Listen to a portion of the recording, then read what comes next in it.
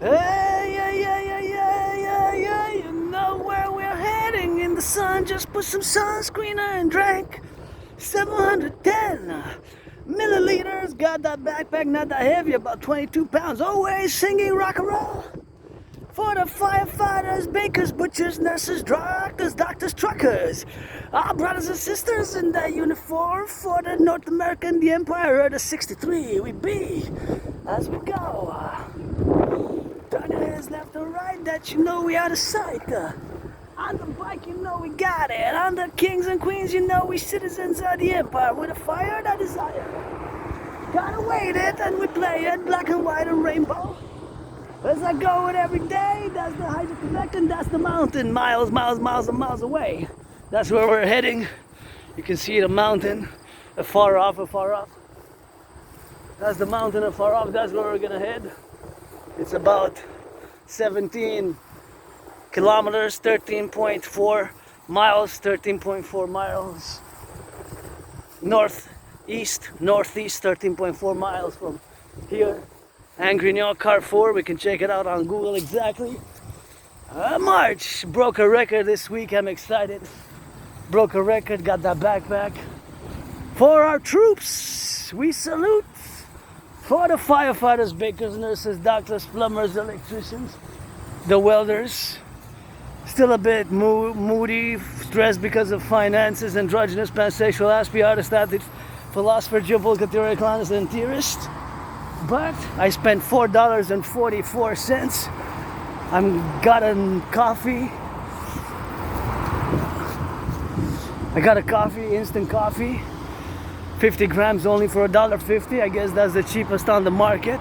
$1.50 for 50 grams. That's the cheapest on the market, instant coffee. So I got that. So I'm grateful, thankful. I got 2 chocolate bars. They went in price up from 50 cents to 63 cents. And I got for $1.50 some wafers, little tiny wafers for the Sabbath. So after midnight, that's gonna be my treat, because the Sabbath begins the night. Saluting the truckers. Always for the bakers, the butchers, the nurses, the doctors, the plumbers, the firefighters, electricians, heading towards the mountain that way. Never did I start to film from here, from Grignon, because I had a meeting somewhere, and I already been on the march for, to be honest, more than 2 hours now. It's already actually 2.5 hours, maybe close to 3 hours total march. I'm gonna have to deduct. I guess I started at 106. I stood for a meeting about 15 minutes. So let's say then 106 plus 15, 122, let's say, PM. So now if it's past 4 o'clock, so almost 3 hours already. So that means if I go to the mountain and back, I'm gonna probably be close to 7, 8, closer to 9, but I'm not gonna do 9. I don't wanna do 9 like last time. I left really, really early. Wednesday I left at 7:44. Had a little meeting, maybe I'll do some volunteering, and I love volunteering, working and exercising, training, and always for the butchers, the bakers, the nurses, the doctors, the firefighters, the plumbers, and the welders, all those involved in the production, distribution of food. And I gotta salute those daycare workers changing some diapers across the 63, those in the grocery store clerks, the warehouse workers, dock workers, ship workers, those on the ships. We gotta get that global dragon union, pro-labor and love universal revolutionary centers, the N.A.C.W.P, the North American Collective Workers Party. Let's get it for the N.A.C.W.P 24/7. And this Quebecer Canadian who was born in the United States three times post 1776. Once I was born a woman, twice a man. Sometimes in my previous lives, incarnations, I was born a man, a woman, a woman, a man, a man, a woman, a woman, a man. And you get that 50-50 now, half-half. I am androgynous, pansexual, rainbow, dragon, drop down, give me 10 push-ups, put that whip, priestess of the goddess, JDDSS, priestess, HNNAH, keep my name out of your mouth if it's not for a blessing. Kisses I got by the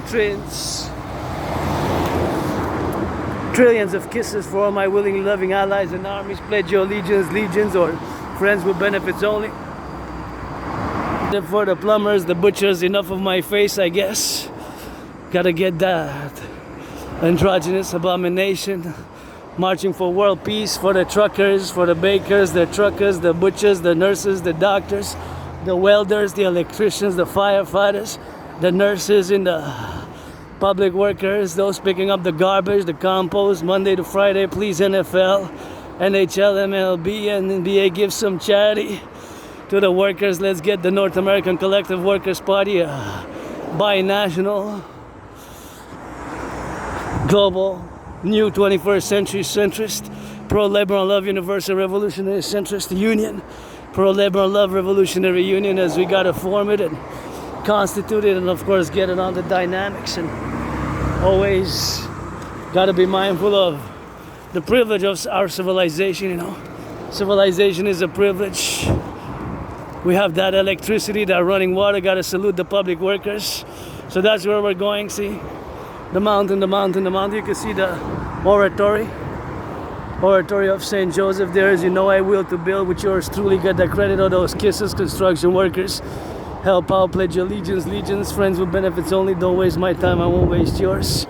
I'm a bit strange, got a little bit of that Asperger's, so social interactions are a bit more awkward, weird. Not that we're not, Asperger's not that we're not antisocial, we're not social, it's just that we socialize differently. And see, that is of course the oratory there, and let's build the forgotten goddess. See it, I did say G-O-D-D-E-S-S, goddess, G-O-D-D-E-S-S, and build 11 times. The goddess temple, build it 11 times. The forgotten goddess temple, to build it 11 times bigger than that Colosseum there. The oratory of St. Joseph's oratory there. And you see we got a little bit of that, see? That's where we're heading, the mountain, headquarters of our empire. It can be seen afar off. So the headquarters of our empire right there. It can be seen all around the island, round about like a circle. And you can see that's the downtown core area there. That's the downtown core area, see?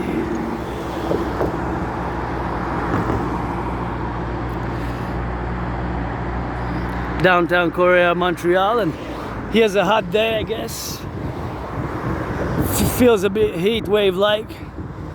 And you know, I have Asperger's, so when it comes to certain things, I'm less able, less capable, but you have to build bridges, just like I'm crossing this bridge. And to the public workers who build the bridges in the 20th century, now in the 21st century, we're going towards the mountain northeast. You know, always got to celebrate, because I survived COVID in 2020, between mid-February 2020 and March 2020, and I had COVID, and you know, I live carpe diem it every day since then. It was like death, pestilence, and disease. I really thought I was gonna die, like death, pestilence, and disease. Death, pestilence, and disease. It was like death, pestilence, and disease. But I really thought I was gonna die that day, those days of COVID. And ever since then, you know, I take it every day, carpe diem it, live to the fullest expression with my secured freedom. As freedom is a new thing under the sun, Mr. King Solomon. And you know how we rock and roll always, give that rock and roll.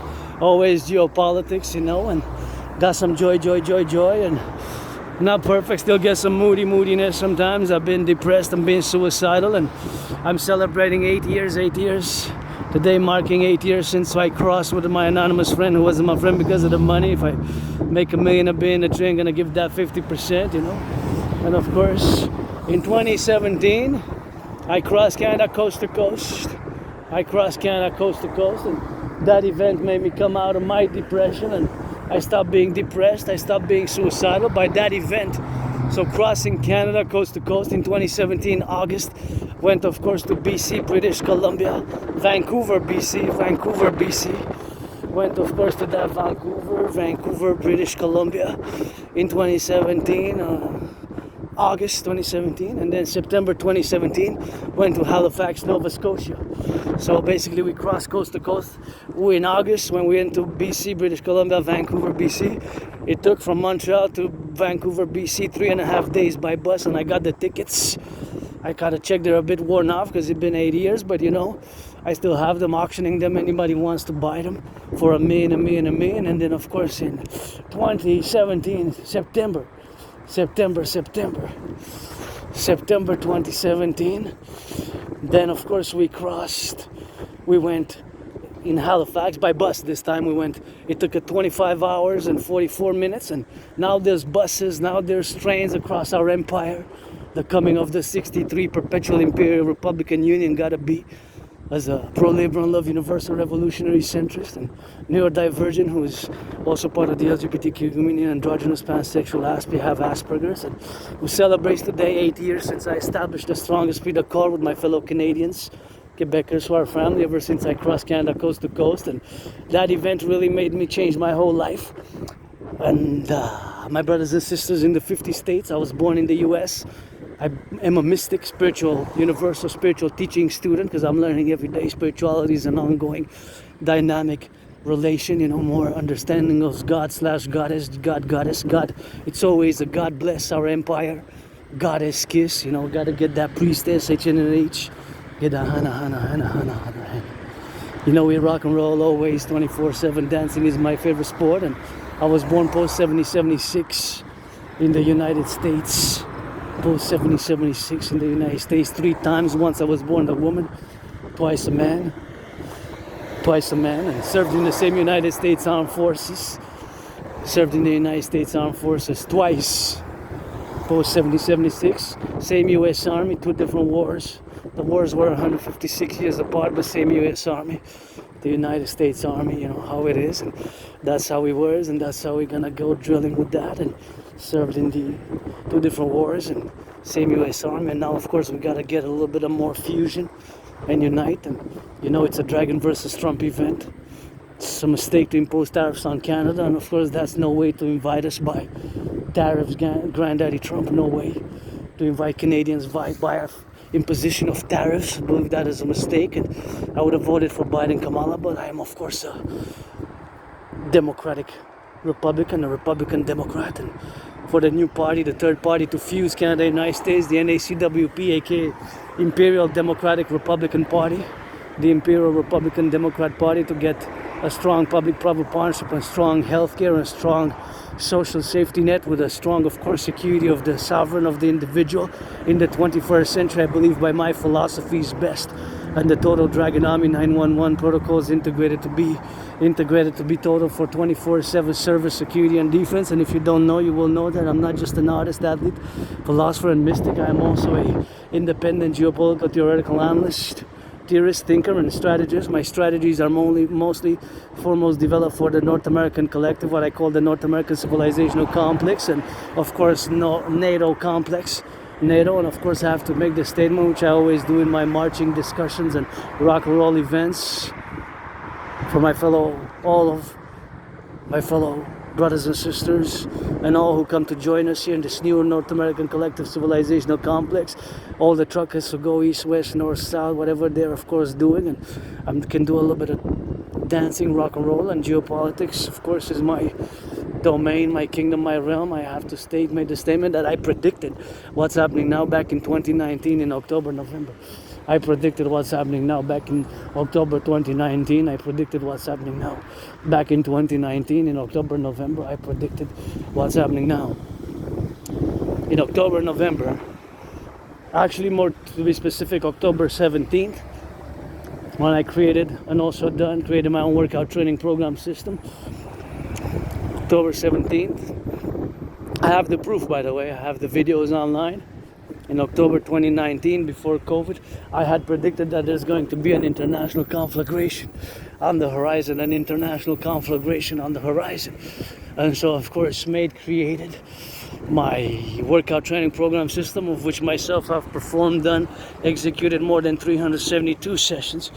More than 372 sessions. My own workout training program system is designed, created, made to go hand in hand with an eventuality of need of a mobilization in an emergency crisis situation. The population, it was made for NATO specifically, for Canada specifically, for Canada, Canadian citizens, Canadian security forces, Canadian establishment security apparatus, and of course the armed forces, and for Canadians, because I'm a Canadian, Quebecer, North American, as much as I am a world citizen for world peace, Pretty much Canada is all I know, you know. So pretty much that's how we rock and roll. Although previous past lives, incarnations, you see, of course, there you got those trucks. They convening to go east and west.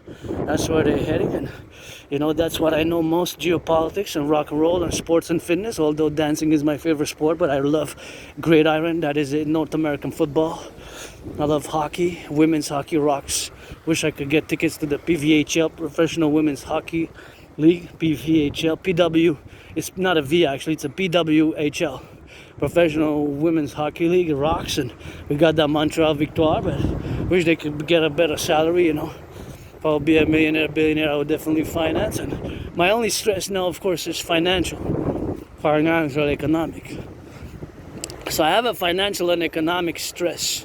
My financial economic stress is due mostly, I guess, to this curse, which has some blessings, called Asperger's, which is not a disease. It's not a disease. I'm not a disease. I'm not a disease. I'm not a disease. I'm not a disease. I'm not a disease, you know. I'm not a disease. And of course, that is something which we have to do. So I'm not a disease, you know. And of course, we're different, you know. We're different, you know. And this difference sometimes manifests itself, and we have our problems, but it's not a disease, and we're not demons, you know. Aspies, we're not demons, nothing like that. I'm not a demon, I'm a dragon, you know, the motto of the Dragon Army: nobody's born a dragon, we become one. And that's just something, of course, which we have, of course, to do, and we have to appellate in the congregation that we have to be doing. And, you know, we got to get, of course, on that dynamics of all the specialties where we are now, that, of course, we have to integrate and build bridges. Whether we build, that is, between us Aspies, which my community constitutes a small micro community. There's not a lot of Aspies in the world. There's less than 1% of an Aspie, less than 1%, less than half of a percent. It's about 0.44%. 0.44%, 0.44% is a tiny small minority of the population of people like myself who have Asperger's, and me for years and years and years and years, I've denied it. I don't want to accept it, because several individual citizens with some healthcare experience in the healthcare system, in healthcare, have diagnosed me in a way, have told me, you know, you have Asperger's, you're an Aspie, you have this thing which is called HFA, high functioning autism. HFA, Asperger's, HFA, high functioning autism, Asperger's, although I also use HFA. So we have to start to say that it's not a disease, it's a neurological mental divergent condition. So yes, we have to build bridges. See, like this bridge, and I always make the references in terms of sizes, just like when you order a coffee or fries in a fast food, you might order small coffee or fry, medium coffee or fries, large coffee or fries, or extra large, large, medium, small, medium, large, extra large. When you order small, medium, extra large, large, somebody's ordering an extra large now across our empire, across the 10 provinces, 10 territories, 63. Somebody's ordering a medium now. Somebody's ordering a small now. Somebody's ordering a small, a medium, a large, and an extra large. Just like this bridge, we have to build bridges between us and you. Because we live mostly in the neurotypical world. The constructed world is for your neurotypical fellow human beings, of which myself I have no antagonistic, no resentful feelings, no antagonistic feelings, no resentful feelings. And I'm somebody who doesn't like violence, you know. I don't like violence, I'm just hyper vigilant, you know. I live my own trauma. I guess with 4 seconds I'm not gonna run. I don't like violence, I'm just hyper vigilant, you know. I have hyper vigilance. I was attacked years and years and years ago. I survived a vicious surprise attack. I survived a vicious surprise attack years and years ago. I survived a vicious surprise attack.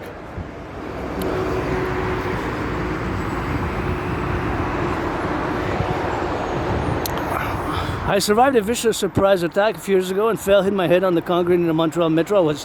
I was bloodied up, and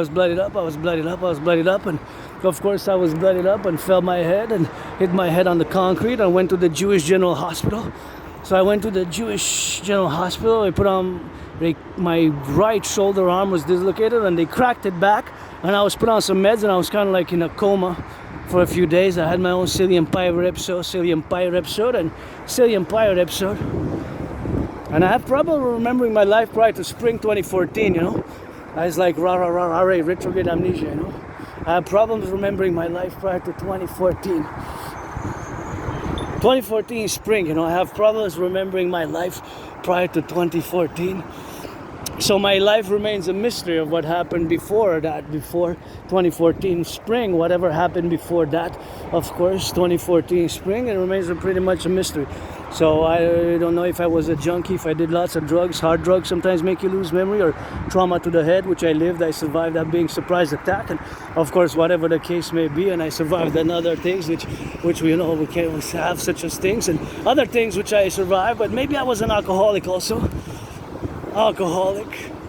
The alcoholic, of course, whatever the case may be, and that is something which we got. That's something which we got to drill, and something, of course, which we have to appellate, of course, in the dynamic where we are, of course, in the appellation, of course, to be and to get congregated, of course, in this security apparatus where we have, of course, the dynamics to get it on the love and no violence, resolve peacefully.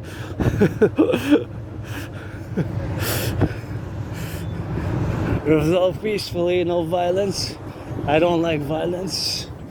I don't like it. Resolve it cordially. We should be brothers and sisters here in the Empire as much as we can, and sportsmanship, and to the National Guard deployed. To the National Guard deployed, because I served in the United States. Sportsmanship. As a matter of fact, I woke up early on my march before I started recording, and due that I served in the past lives, I sang about 4 different military cadences specific to the National Guards of the different states. And of course, we need to fuse and unite and create the Imperial Republican security guards and the Dragon Army, aka the Imperial Republic's security, or Legion security, service Legion. That's all we need to do, and that's all we need to get doing and drilling like that, and that is something which we have to do together. So I know geopolitics, and I'm gonna have to go retrieve the archives of the Jewish General Hospital. I gave myself a new deadline before September 11th, probably going to go on the 10th, see one day it falls, if not on the 11th itself. Maybe on the September 11th itself. That's the deadline at 3 p.m. EST standard local time, or whatever, 7:18 p.m., whatever, 1:56 p.m. September 11th. I guess by 11:59, p.m.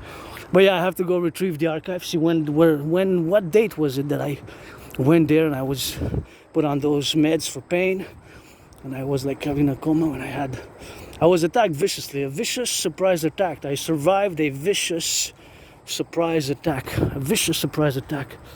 with no warning, nothing. Was just no warning, no, hey, let's fight, And I don't like violence, but that's why we got sports, we got sportsmanship.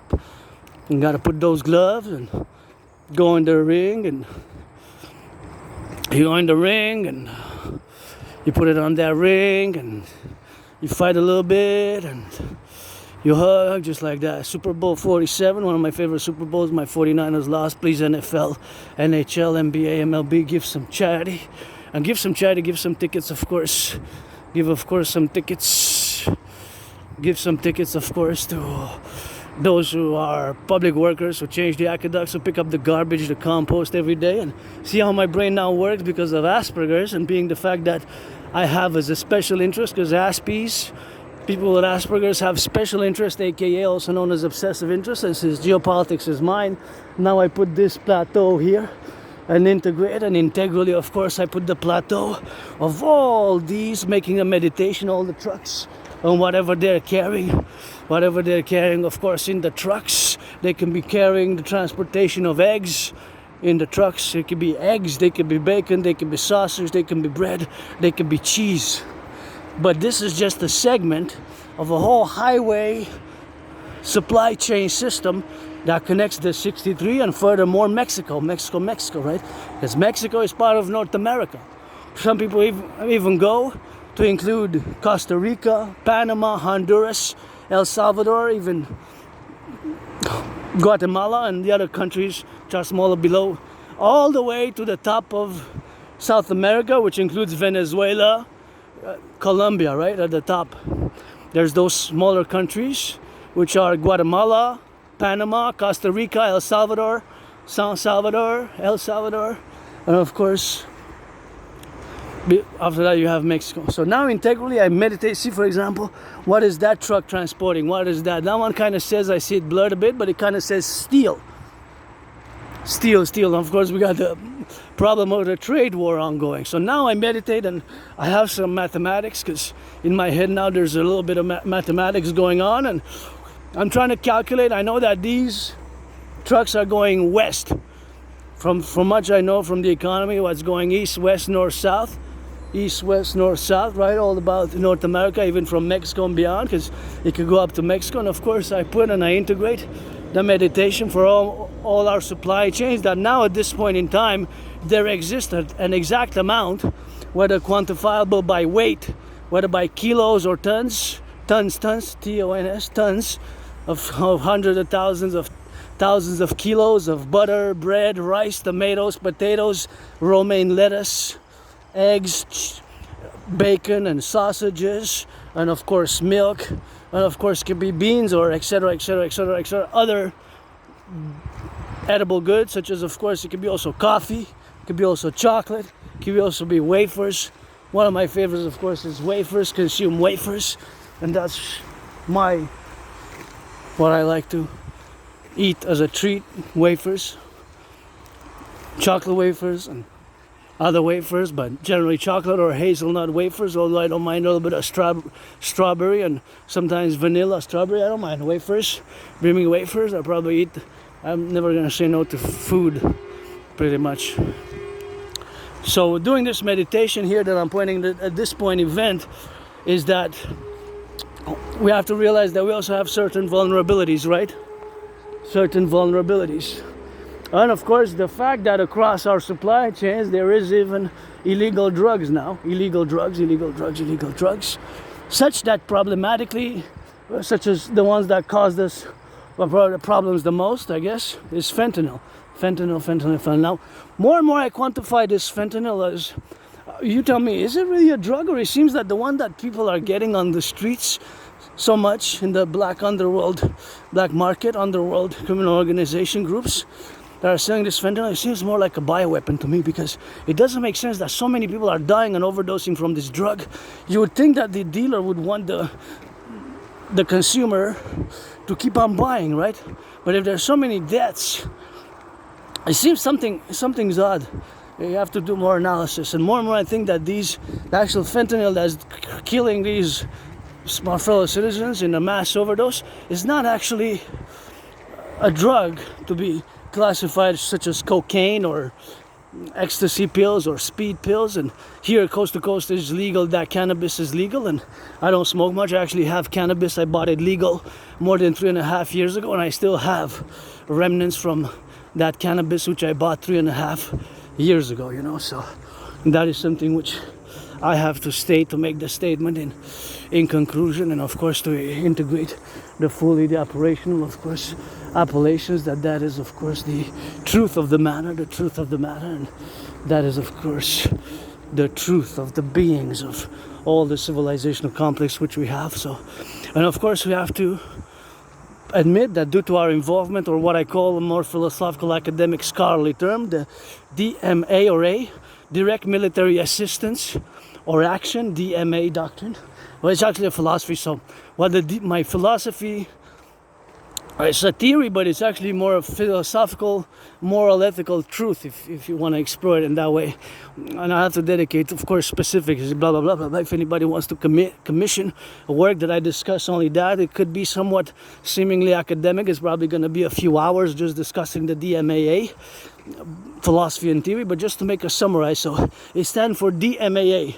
Due to this DMAA, what I call direct military action or assistance. For example, this is relating to NATO countries. So for example, we have the military alliance known as NATO, right? Canada is part of it. We're 32 countries. Sweden is the newest, which are part of NATO, the NATO military alliance. So of course what's called DMAA, direct military assistance and action. DMAA, direct military assistance and action.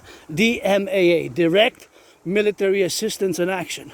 DMAA, the direct military assistance and action can cause that we have, you know, and certain underworld criminal organized trans syndicates which arrive outside of the NATO sphere, come from outside NATO, and they might be employed by foreign governments or organizations to foment sabotage, discord internally in NATO member countries, due to, of course, could be the development of certain groups within certain non-NATO aligned diaspora member communities, non-NATO aligned diaspora member communities. And that's where I started writing about 7 years ago, the need, for example, to have the doctrine known as, of course, the Citizen Public-Private Partnership Initiative for the reconciliation of for the Citizen Public-Private Partnership Initiative for the peaceful reconciliation with non-NATO member diaspora community members. That's basically a course of action to take as a public-private partnership, because most of my initiatives are PPP, public-private partnership based. So that's why we have these vulnerabilities which exist, right? And just like I'm vulnerable with my Asperger's, and thank you to my anonymous friend who donated me 2 books about Asperger's and autism, and specifically one book which was loaned 4 times because it was a loan from a library, called Appreciating Asperger's Syndrome.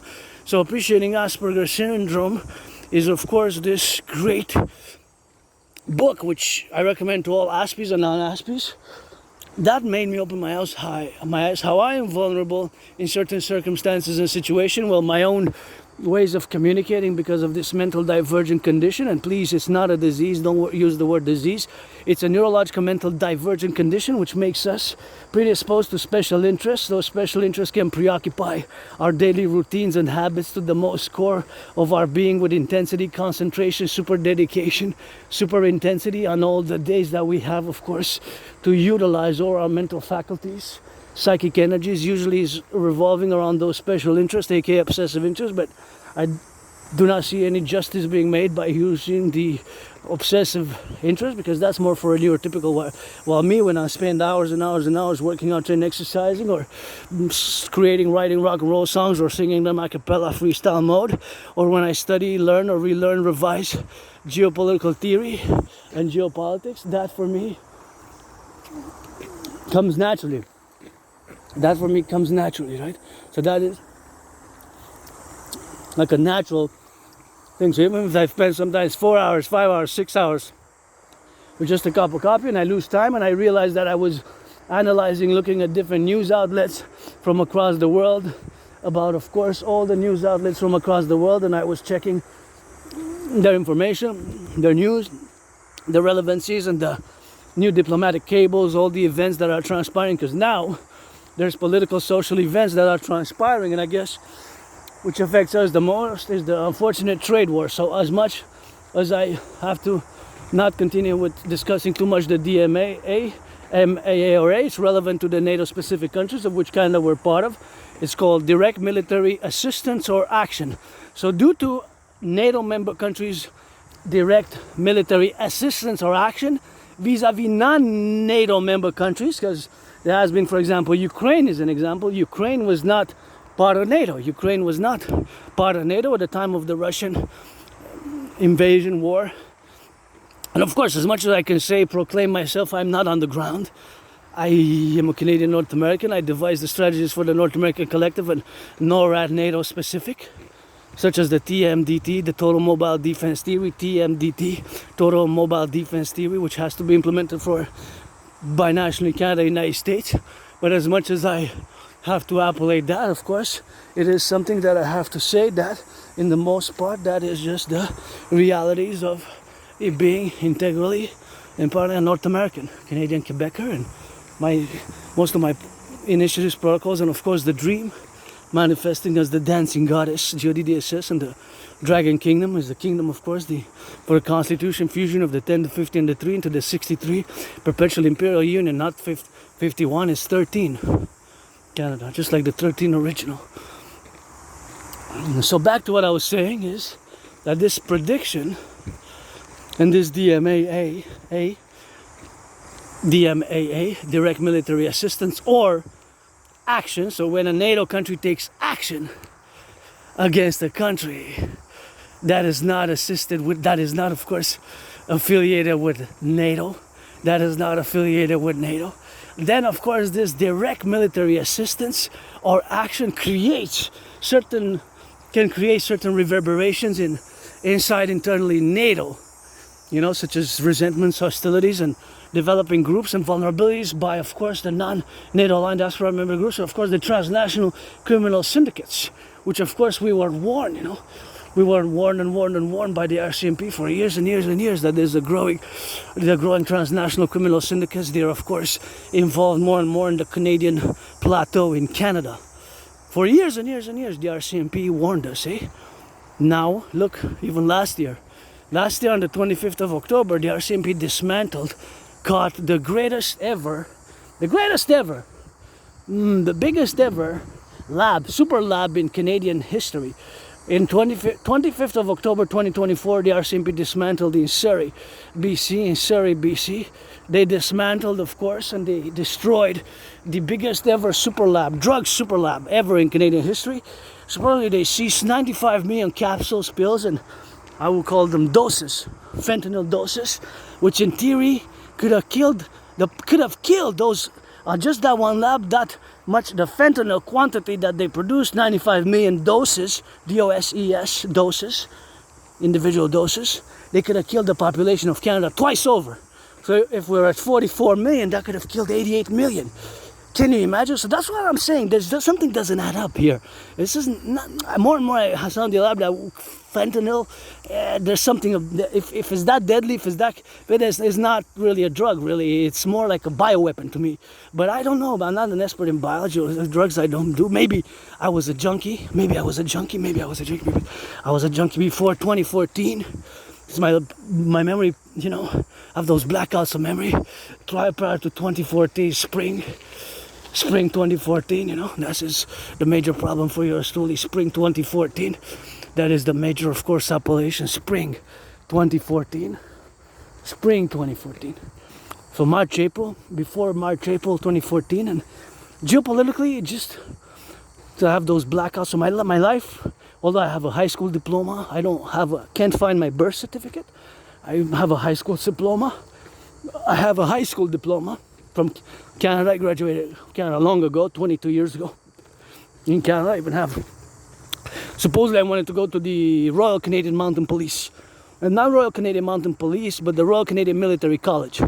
The correction, not the RCMP that I served in a past life, previous incarnation, when before they were known as the RCMP, as the Northwest Territories, but to the Royal Canadian Military College. So that means that geopolitics was always part of my being. Geopolitics was always part of me in some ways. That means that geopolitics was mostly part of me in some ways, that geopolitics was mostly part of me in some ways or another, That means that geopolitics in some way, shape or form was always part of my being, part of me, many ways, So that is just something which, is part of the love, I guess, if I want to call it love, I guess. But I suppose I wanted to go, in a way it's love, but it's a love for ASPI, special interest for me with geopolitics. It's like breathing air, it's just, I'm involved, I study every day, hours and hours, revise what's been happening going in the past, and I specialize in the 20th century and, of course, on a daily basis in the 21st century. And I take a lot of pride in my independent geopolitical theorizing and work, and I have predicted what's happening now back in 2019.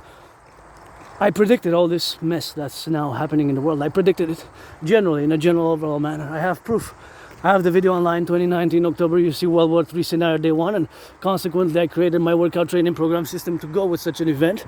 But I have to state, what I did not predict was that there's going to be the deterioration of relations with the United States. So that I did not predict. So I did not predict the deterioration of relations with the USA, with the United States. I did not predict.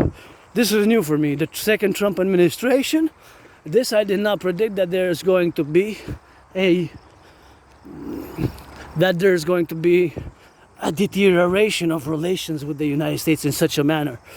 So that I did not predict. And consequently, because I mentioned that I have difficulty remembering my life prior to spring 2014, there's kind of blackouts like February, March, April 2014, this before 2014, like spring, I guess February 2014, you could say I have problems. So I don't know.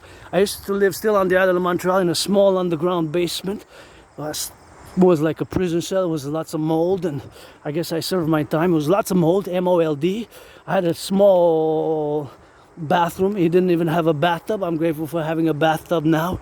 And even the kitchen was inside my room, so tiny, like a tiny small prison cell. So I guess I served my time, and I don't know, maybe I was drinking a lot for a few years. How many years I spent in that small moldy place? If I was drinking a lot, if I was drinking, or if I was doing hard drugs, maybe sometimes that's the memory. I have just this memory of trauma and these crazy nightmares and crazy unspeakable deeds committed against me. And just, I remember geopolitically was when the rise of what's called the Islamic State group, and I even did some work in 2015, 2016, and even 2017 with CSIS, Canadian Secret Intelligence Service, and the RCMP. I did a few work, of course. There was a propaganda on behalf of the Islamic State right in Montreal, so that was alarming for me. And just in the open, a newspaper that's freely community distributed, they were actually openly in the newspaper advocating, right in front of our noses, advocating on the behalf of the Islamic State. Advocating right on the behalf of the Islamic State. Advocating on their behalf of the Islamic State. To of course join. And right in Montreal, and I had to make a citizen's report because that's intolerable. That puts us at high risk. Right in the freely distributed newspaper, calling all to pledge allegiance to the Islamic State, and calling for attacks here, attacks on Canadian soil for attacks. So, this is matters of national security like that, and by national security, sometimes we have to take serious. It's sometimes you have to take serious because some things are geopolitically sensitive, and we are still open for potential terrorism even today, from antagonistic, hostile elements, which unfortunately we cannot really negotiate much. We cannot really negotiate it. Hopefully we reconcile peacefully and ensure freedom and security and liberty, at least for the North American Collective. For the youth, the children are innocent in many ways, and that's what I remember this in the news. And mostly going out with the Islamic State, mostly in the news with the Islamic State, when they were like becoming the caliphate. So that's kind of, before that my life remains a mystery to the appellation, But I'm pretty joyous, pretty happy today, financially stressed, and we're gonna go to the mountain now. My mistress, every time I go to the mountain I feel a little bit better, and the joy, and financially stressed. But Asperger's, again, we have as Aspies our strengths, we have our weaknesses. Mine are special interest, are 24/7 sports, fitness. Dancing is my favorite sport, priestess of the goddess, H and of course rock and roll. 24/7 for the firefighters, butchers, bakers, nurses, plumbers, the electricians, the welders, the firefighters, those in the daycares changing some diapers, the truckers on the road, construction workers on steel toes building up some more skyscrapers, public workers picking up the sanitation work, picking up the garbage, making our cities cleaner, and sanitation workers go. And we got a little bit of that sanitation work going, and we got a little bit of that more labor, and we got a little bit of that aqueducts being changed, and public workers changing the aqueducts, building some roads and putting up a little of that road building, and doing all this arbeit and work. And This is my independent work for years and years and years. But Aspies, we suffer from three main problems. And again, it's not a disease, because even 2 weeks ago, I had to correct somebody who mentioned and said disease. And I said, no, no, no, no. And the guy said, oh, yeah, I know it's a disease of the brain. I said, no, no, no, no. And then he looked at me and said, you're right, it's not a disease. It's a neurological mental divergent syndrome, he said. And then I said, yes, yes, yes, yes, you can say that. But don't say disease, because it's not.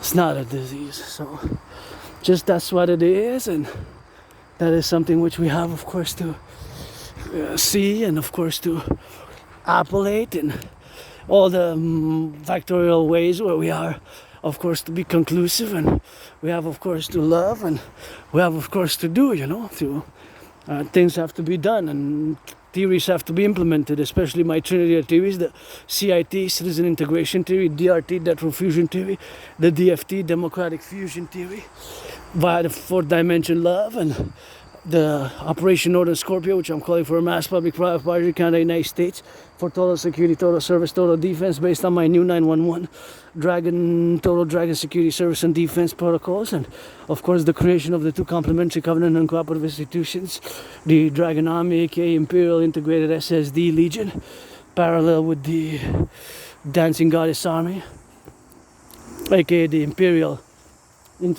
Integrated Dance League, the Imperial Integrated Dance League, the Imperial Integrated Dance League, to dance for the environment and Mother Nature, dance for the environment and Mother Nature. And here we are, on the side. I'm gonna go for that one. See? Oh yeah.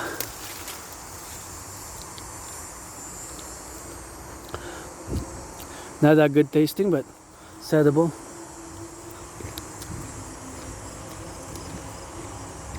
So that is the Aspiness.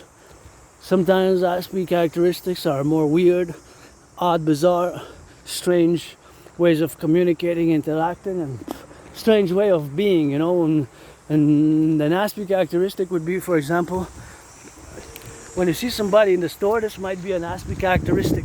So it'd be, with an Aspie, myself, I do it often, and I might inspect a can or an object. I might inspect a chocolate bar or a bag or a can. I might look at it very closely to the eyes like that. Look for like a minute at it, turn it and look at the details on it. So if you see somebody doing that,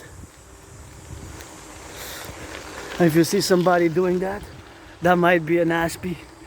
Just inspecting objects like very close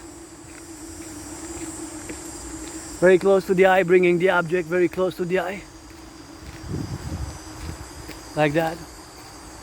So that is an Aspie characteristics, and you might see that somebody doing that, a citizen in a store, and you might find that very strange, very weird, but that might be a fellow Aspie inspecting very tiny details of the package where there's some numbers. Usually there's written small numbers on packages, on cans, and usually those can be classification for different industry standards, and we got so many industries. It could be just 4 digits like 1984, just to say that specific item can or was packaged in an assembly line or whatever in XYZ geographical region, and it could be that number is actually the number of that specific store from the mega corporation, the mega corporation, which of course manufactures those goods. It could be related to that. So that could be, of course, the factual truth. That is, of course, something which can happen. Myself, I do it, and just the Aspie characteristics. The problem we have 3 main problems as Aspies, and I have solutions. And one, the problem is we don't have a lot of friends. We lack friends. I really don't have many friends. Some online, I guess, but there's the lack of friends, and I have a solution. Friends with benefits only. You're of age. Friends with benefits only. You're of age, 18 plus, black or white or black, and rainbow. We can do that loving. Don't waste my time, and I won't waste yours. Don't waste my time, and I won't waste yours. Don't waste my time. I won't waste yours, and or pledge your legions, thou art family. Pledge your allegiance, thou art family. Pledge your allegiance, thou art family. Or friends with benefits only. That's the solution, and That's in that. So we don't have a lot of friends. Aspies is difficult because we're different, eh? So this difference can cause. The other major problem is high depression and suicidal rates stands at 9 times more for Aspies. Paradoxically, we're a tiny small fraction of the population and community. The depression and suicidalness is 9 times higher. So for every one of you who is depressed, think that there is 9 Aspies. When you're depressed and you think that if you're a neurotypical, probably you are, because you constitute the 99% of the population. We are less than 1%. We are less than 1%. That of course constitutes in the appellation that think that for you, if you're neurotypical depressed, suicidal, there's 9 Aspies which are depressed and suicidal. It's 9 times higher, and I lived it. I was depressed from like summer 2014, 2015, 2016, for like 3 years. 2015, 2016, up to summer 2017 when I crossed Canada coast to coast. That got me out of depression, and that's when I established a strong esprit de corps with my fellow Canadians, and I crossed Canada, traversed Canada coast to coast, coast to coast, and that's of course when I traversed Canada coast to coast, coast to coast. That event made me come of my depression, and I stopped being suicidal and stopped being depressed, stopped being suicidal, you know. Stop being depressed and stop being suicidal. Stop being depressed, stop being suicidal when I crossed Canada coast to coast, you know. When I crossed Canada coast to coast, that's what got me out of being depressed, out of being suicidal, and that's it. That's when I established a strong esprit de corps with my fellow Canadians, and that's what it is with that, that's what it is with that, and that's what it is with the go. So to get it on the go with that, and I see a little red here, so high depression, high suicidal rate.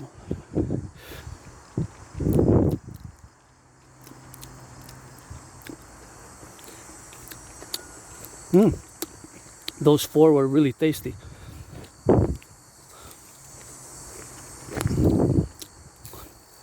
High depression, high suicidal rates.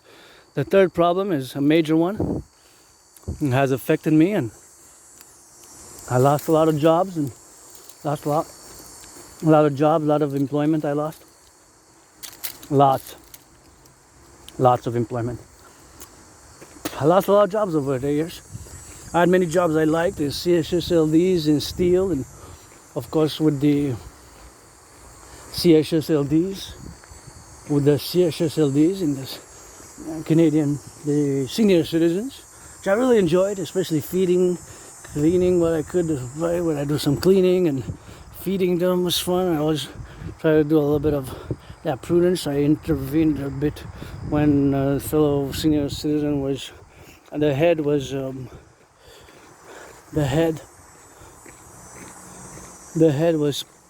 placed on tilted, was placed on, of course, tilted on the side, and I intervened and I fixed the chair, a wheelchair for a senior citizen, because the head wasn't properly placed. It was just horrible. So I took some action, and it was fixed, and the head was better the next day. It was fixed. They was missing to hold the head properly when there's wheelchair. So I made that assessment, and I contributed positively as much as I can. But the problem is that when it was socially, we're awkward and we're weird. So the workplace is usually made for the 99%, the neurotypicals, because things such as gossip we block. Sometimes I ask myself as an individual, ask as a community, our brains are different, so we might just say, how can we help? How solutions, and we block at these things. I'm myself somebody who never bought gossip magazines. We don't understand them. We don't We don't relate. Our brains are different due to mutations. They're not visible outwardly protruding outside of the brain. They're interior. Interior inside the brain. Micro level. At the microscopic level. At the microscopic level, right? They're micro, nano, like transistors at the nano microscopic level. So because of these nano microscopic level, of course, mutations of the brain, we see the world differently. And what causes Asperger's? Inconclusive. It's either biological or hereditary. Hereditary, biological. Hereditary, biological, hereditary. Biological, hereditary, biological. Or it could be environmental also. So it could be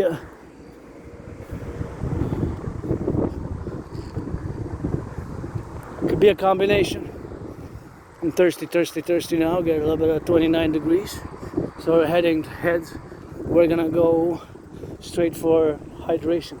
The first hydration where we gonna get, I guess the hydration will be at a hospital where I got my 3 COVID vaccines. Triple vaxxed.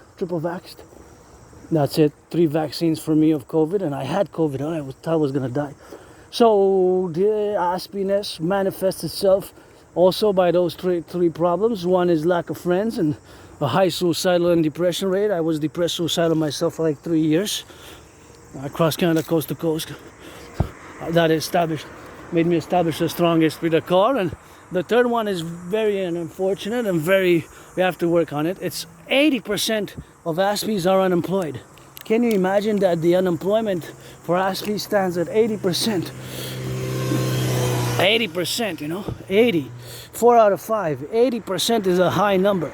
80, now it's 11 times more than the neurotypicals, and the workplace is mostly constructed for neurotypicals, and I guess I always laugh at a little bit of humor, Aspie humor, that I said that, as Aspies, the work environment would be, if we go do the job, whatever hours we have to do, we're there to do the service, if we can provide it to the best of our ability by customer service, whether politeness and whatever, washing, cleaning, and doing dishes, or serving, or whatever it could be, serve, depending on what the work is, whatever work is.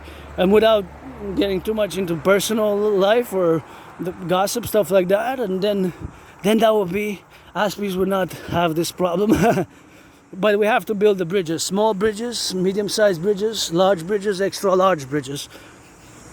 80% of Aspies, more than 80% of people like myself with Asperger's are unemployed. It's totally unacceptable, right? And me, I'm somebody I don't like violence, I am intense, and I guess my Aspiness can be pretty intense, concentrated, super focused, engaged in those special interests. And we have these routines, These routines preoccupy most of our lives. Our lives usually are revolved around these routines, and for years. And I don't mind change that much, especially when it comes to economic, financial, commercial, monetary change. That will be financial ways, and for the empire, money is to buy, sell, do, and it's not all about the money, Sometimes you gotta get some justice, and you don't. I mean, you don't have to like a person, you don't have to like me, but there's no way to not liking and then discriminating outwardly, because sometimes it's subconscious, because when Aspies were different, and usually the neurotypicals can sense it in the matters of right away that we are different, and for years and years I didn't want to accept it. But this difference, with all the curses, has some blessings, because we are strong and can make great contributions in the fields, in the ranges which are special interests, because we work, sometimes intensely with obsession, super dedication, super focus, super intensity, super engagement. That's me in geopolitics. That's daily, hours and hours and hours. In the morning when I'm at home, I do geopolitical revision studies, look at the news, interpret the geopolitical events, take notations of the movements. And now I'm going to have to, of course, take into consideration the potentially new conflict on the horizon, and U.S. Venezuela, the increase to 50 million on Nicolas Maduro, who inherited Chavez type of Venezuelan rule, rule, type of Venezuelan rule, and they have a special, what's called socialism in the 21st century, originated by a German philosopher, Dietrich. My philosophies are pretty much pro-labor and love universal revolutionary centrism. My universal revolutionary centrism, however, is North American centric, because North America, we constitute a North American civilizational complex, which is not totally distinct, but is is not totally divorced. There's no total divorce with Western civilization, but we have our distinctions with Western civilization, and one of those distinctions has been here in Quebec, that we made the dictum of the French language. And it's funny because I had a meeting in the neighborhood of Lachine, and I spoke with several people because I went to buy a sandwich. I saw a good price for a sandwich, so I was hungry. I went to buy a sandwich, and I spoke to some people, individuals, and I mentioned they were living in Lachine, and I mentioned that the Prime Minister of Quebec, François Legault, is born in Lachine. François Legault is born in Lachine. He's born in Lachine, in the hospital in Lachine. So, and they looked at me, they said no. I said yes, and they said we're gonna check it out. So it's funny, they didn't know that the Prime Minister was born even in Lachine, but I guess because it's geopolitics and thus it's kind of related. It doesn't matter somebody where it's born, because here we're a new complex, and you come to join us, Quebecers, Canadians, Americans, North Americans, my brothers and sisters in the USA and Canada. We got a fuse, but it's a dragon versus Trump, and there's no way to invite us by tariffs. But this I did not take into account with, and of course my will, I've been them and will continue to challenge Donald Trump to a boxing match ever since 2018, when Donald Trump imposed tariffs on Canadian aluminum and steel for the first time. Donald Trump imposed tariffs on Canadian aluminum and steel for the first time in 2018. So now we have more tariffs, and this is what I'm gonna make the dictum next. Is I gotta send some salutation to the public workers, and all these highways we take for granted. I gotta salute the brains and muscle who built all the highways, and how privileged we are. This is a privilege of civilization to have electronics, electrification, the highways, the truckers, the systems to deliver in our supermarkets, the goods, the bread, the romaine lettuce, the milk, the cheese, and the eggs, and the butter, and the beans, and the sausage, and the bacon, and of course the wafers, and my favorite fruit, the grapes, and other fruits. I love this, how they did here, public workers who did this. Kind of makes me think a bit of the hanging garden. See, it's got one floor, four. It's got 1, 2, 3, 4. 1, 2, 3, 4. It's got 1, 2, 3, 4. 1, 2, 3, 4.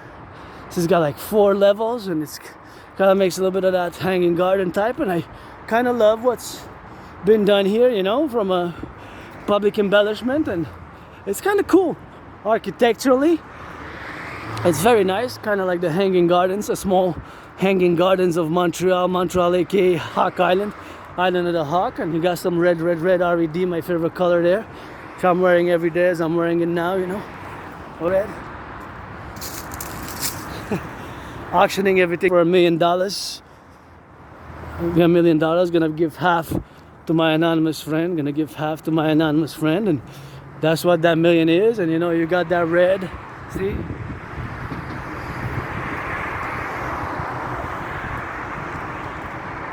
That's that red little, they're not edible, don't eat them, but kind of nice. And here we are going to hydrate. Super important, gonna get a little bit of that hydration. Getting thirsty now because I hydrated before, but the problem with the hydration was that it was actually not that cold, and I need to hydrate now. Very important that I go hydrate, because I've been marching, of course, now for I guess 4 hours now. And Wednesday I broke a record, 9 hours and 8 minutes. 9 hours and 8 minutes. I marched more than the generals of NATO did. Wednesday I broke a personal record for 2025. That's a personal record up to today. I don't know. Maybe we're gonna break some more. Maybe we're gonna go for 10. Anybody wants to finance, commission, and film, record, always open for business. Pleasure and business. 24/7. Pleasure and business. The dream, the dancing goddess, and the dragon kingdom. And The problem with Aspies is that the unemployment is very high. It's not necessarily to get a job, but keeping a job. I had many jobs in the past years. Just keeping the job, keeping the employment is problematic. It's problematic. Keeping the job is problematic. It's problematic. Because we're different, and some neurotypicals right away in the first day, first minutes, first hours, you can feel with myself that difference, that we can be labeled as not normal or different and odd, bizarre, strange, and that's just many problems that Aspies encounter. But we have our strengths nonetheless, and mine happens to be rock and roll, sports, fitness. Dancing is my favorite sport. Anybody wants to find us that I go up and down these stairs 100 times for $300 Canadian for the Empire. We're rock and roll commission, blah blah blah, and I rock and roll, and that's all I love to do. And that's reminds me I have to set up my new Facebook account, or I guess the other Facebook, and I haven't been on Facebook and Instagram in like 4 weeks because my other work tool, the smartphone kind of went kaput, died. And thank you to my anonymous friend for loaning me a laptop. I wish I could give $1 million to my anonymous friend. And see, that's downtown Montreal. It's always arbeit. It's always work. It's always managing the characteristics of Asperger's when we're involved with neurotypicals. When we're involved with neurotypicals, because we're different, and in the workplace, it's more difficult. We have to be told more directly, and we can be pretty direct ourselves. And for example, personal space, the line that's standing here, and usually the distance, the personal space, an Aspie might get very close, and I always have to take a step and work on my characteristics not to breach personal space. So these non-written social rules, social etiquettes, and way you communicate, they're more difficult for us because our brains we see the world differently, and our brains are different, and that makes us that we have a more different, odd, weird, sometimes deemed unnatural or abnormal behavior. But according to the ABC, and this I have to confirm, we'll get back to you. According to the ABC, Asperger's is a evolutionary step, is a process in mankind's evolution. Now, I don't know about that. I'm not a neuroscientist. I am an independent artist, athlete, philosopher, geopolitical theoretical analyst, theorist, thinker, and strategist, and mystic. So I don't know about that. Asperger's being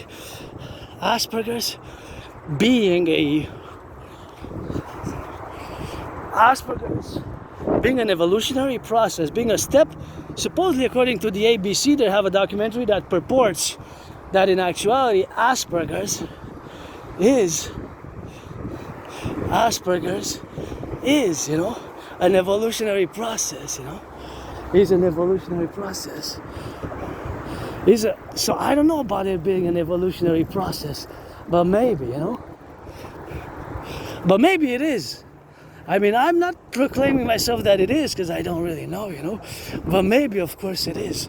So how can I really know unless, of course, I document and I look again? Maybe it is, Maybe it is, Maybe it is an evolutionary process, but of course, maybe it's not. But that's what they purport, that it's an evolutionary process. That it's an evolutionary process. That Asperger's is an evolutionary process. Now, if that is so, I guess I suffered, struggled, been depressed, been suicidal, lost employments, lost jobs, and maybe when I was asked about if I date, if I'm married or single, I said no, I'm androgynous, pansexual, and that kind of also because I've been in the open for years and years and years, and if you're black, white, black, rainbow, I'm not sexually frustrated. I would be, if I would be, I would discuss it, I guess. If I would be sexually frustrated, I would discuss it. If I would be sexually frustrated, I would discuss it. But that is, I watch it because if there's young who pass, not to pass, but we have discussions of more adult topic. But maybe, who knows? Because sometimes we're direct, you know. It's social aspects. The problem is the social filters. There's different. It's not the same for us, you know. We don't have the same. Our brains are different, so we might respond in a different way. That brings us certain social consequences, such as losing employment, without being warned. We have to be warned. You have to be warned. Give people the benefit of the doubt. Warn people, hey, this is, you know. And we have compassion, empathy. I can apologize. I can say I'm sorry, and you know, I can say I'm sorry. I can say I'm sorry, and I have empathy, and you know, I have empathy.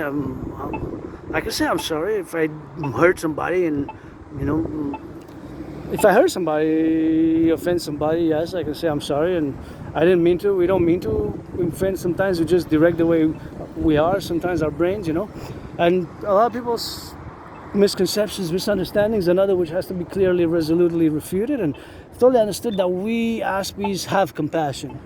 We have compassion, you know. We have compassion. We have compassion and empathy, but we don't necessarily console verbally, you know. We're not gonna say, you know, we're sorry. We're not gonna say we're sorry necessarily, or apologize. Not that we're sorry for you if it's not our fault. If it's not our fault, for example, you might say, you know, somebody might say something about a certain situation, and then the person or that situation might not be.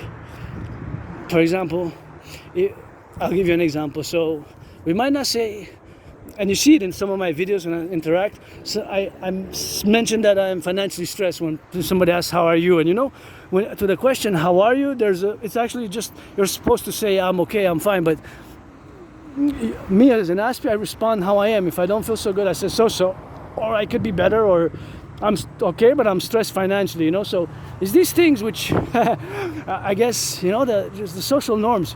I'm okay, how are you? I'm okay. But for an Aspie, the question comes, how are you, in a more literal sense, and then an Aspie would really maybe say how he is without the social, just the truth, the honesty that, you know, I'm not that good, I'm okay, I could be better, and you know what I mean, financially. And you know, if I feel moody or so, when I'm asked, I say it usually, and it's something that I have to be aware of, that the person might not care. It's just the protocol of the society. So it's the same with, if it's not directly our fault, for example, somebody else's situation, we might not say console verbally, or say I'm sorry to hear that, I'm sorry for you, because it's not, if it's not affected by us, if it's not caused by us, that illness, malady, or whatever.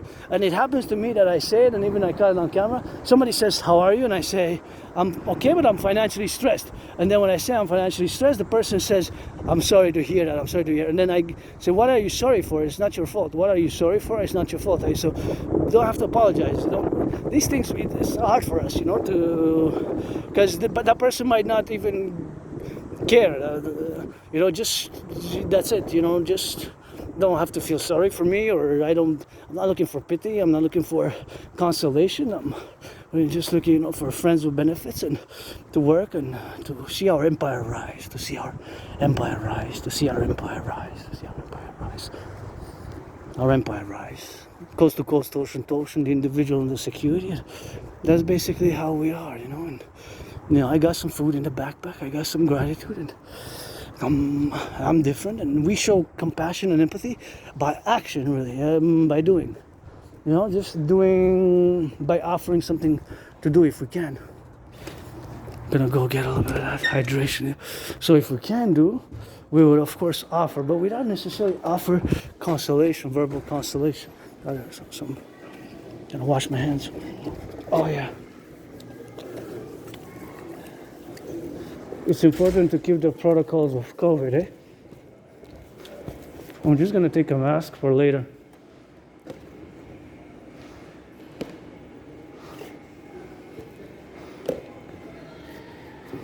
Take a mask for later.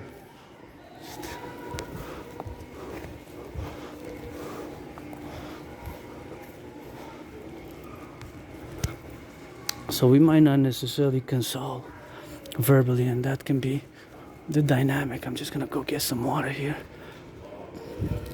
Doctors. That is something. Oh yeah, that's what I need.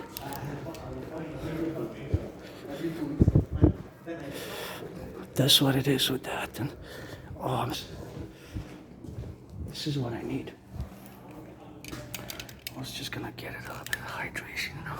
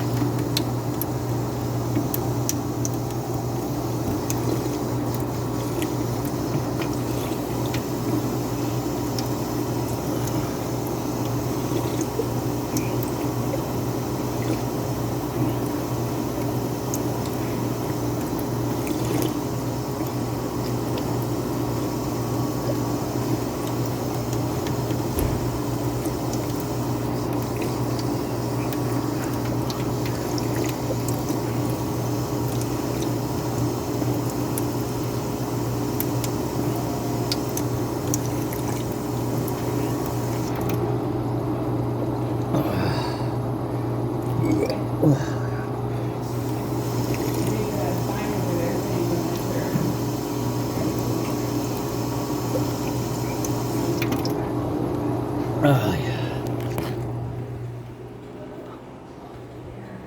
Oh, yeah.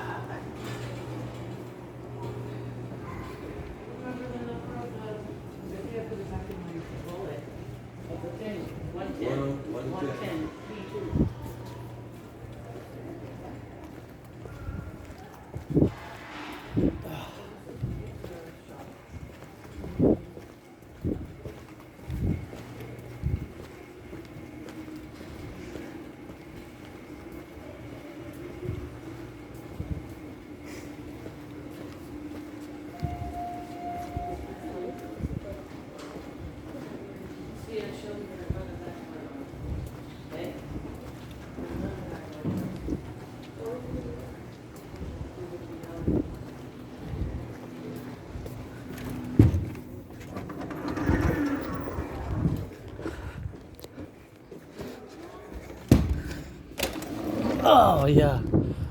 Oh, I'm so grateful for that water. Nurses, I got my COVID vaccines, the 3 of them right there at the corner of this hospital here. 3 vaccines. Some triple vaxxed. Triple vaxxed. Triple vaxxed. I went inside. Triple vaxxed. Triple vaxxed.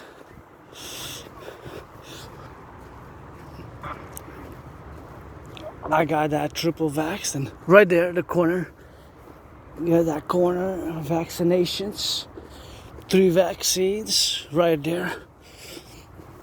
And this garden has nice roses. Now the roses are gone, but usually they're really red. Oh, there's still, you see some buds here. It's all red, my favorite color. And I kind of like this part here. And gotta salute the nurses, you know, of the 63, the 10, the 50, and the 3 always for them. And now we're gonna go on the side, I guess, and you know, get a little bit of that dynamics and get a little bit of that joint conjoint, you know, work and do what we gotta do sometimes, eh? Just gotta do what we gotta do. Get those cranes. So finalizing on Asperger's, that's about the finality on the what Asperger's is, what it's not. It's not a disease, it's a neurological mental divergent condition, and we have these odd weird characteristics. And problem is high unemployment, really high, 80 plus, more than 80%. Imagine 4 out of 5, 8 out of 10, 80 out of 100. So that has to be worked on. It's 11 times higher than the neurotypicals, and I had many problems which I've survived, and I lived, and I love me some of those cranes. And yeah, if you know a little bit of crane operators, I always sing that rock and roll I'm good at. Dancing I'm good at. Geopolitical strategies, and by default defensive, military, defense, security, military theories, which has to be put into practice and action. Some brains and some muscle, especially the TMDT, Total Mobile Defense Theory, when we incorporate the 5th letter to the 4-letter acronym, the S, and it becomes a system. That means that we implement it, and the Total Mobile Defense Theory becomes a workable action is developed to be binational. Canada, United States, and even national, binational, in truth, is binational, even NATO-centric. NATO, of course, for the North American Collectif, and she's loading up on those cranes, and they're putting up on that crane, and see, I admire construction workers. You're construction workers, you build the houses, and we need to get the N.A.C.W.P, North American Collective Workers Party, the Global Dragon Union. And I always sing for the construction workers on the buildings on the clock. You know, that's we got. On the building, on the clock, North American, that's what we got.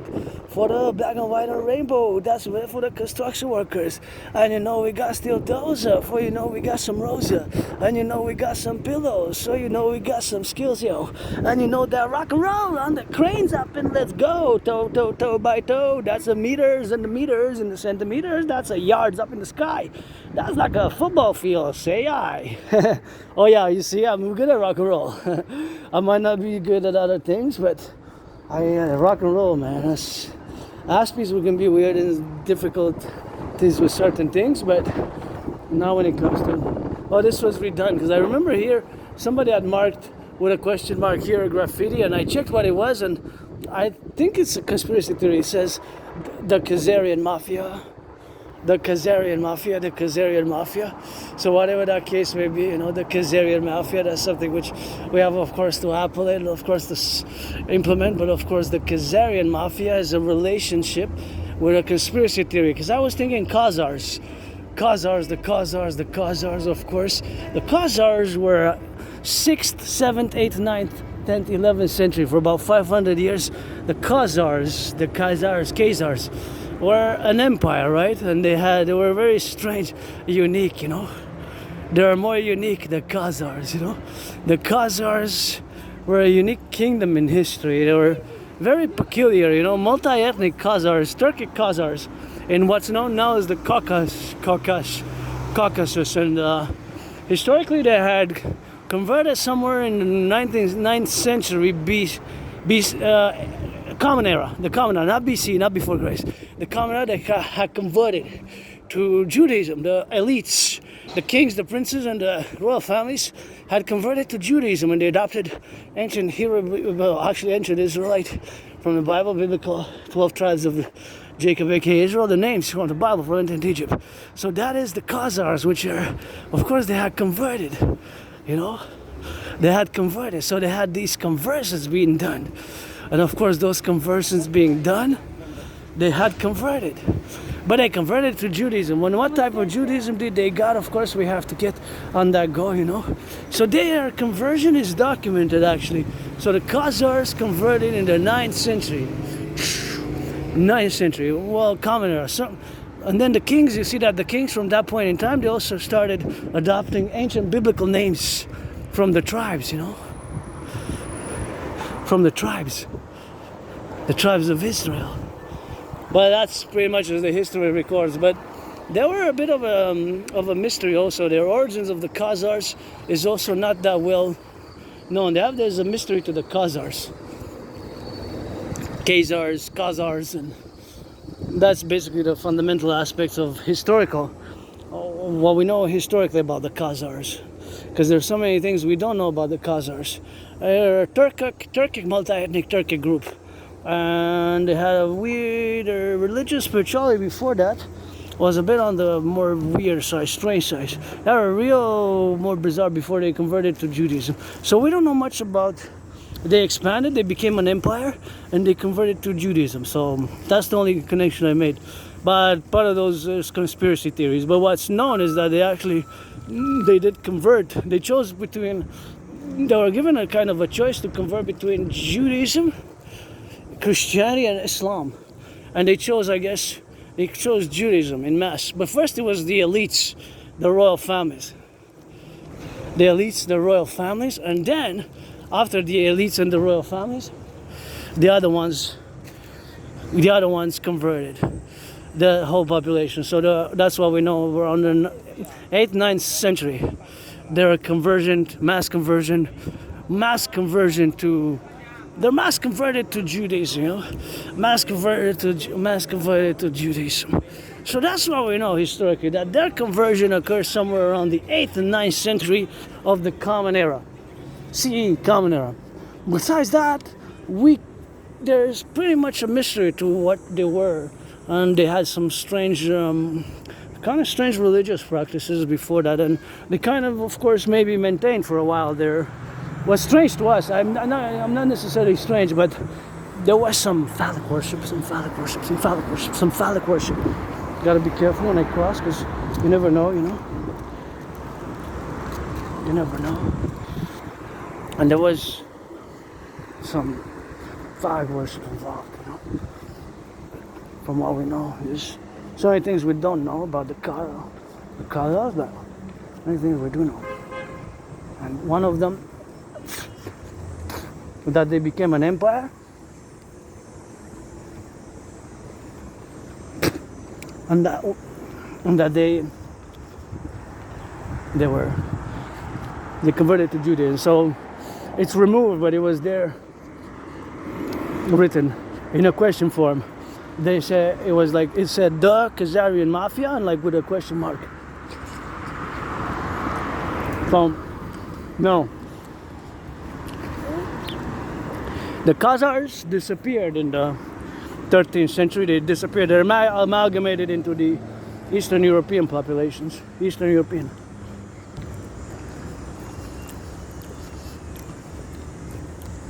They amalgamated into Poland. They amalgamated, of course, into Poland, Hungary.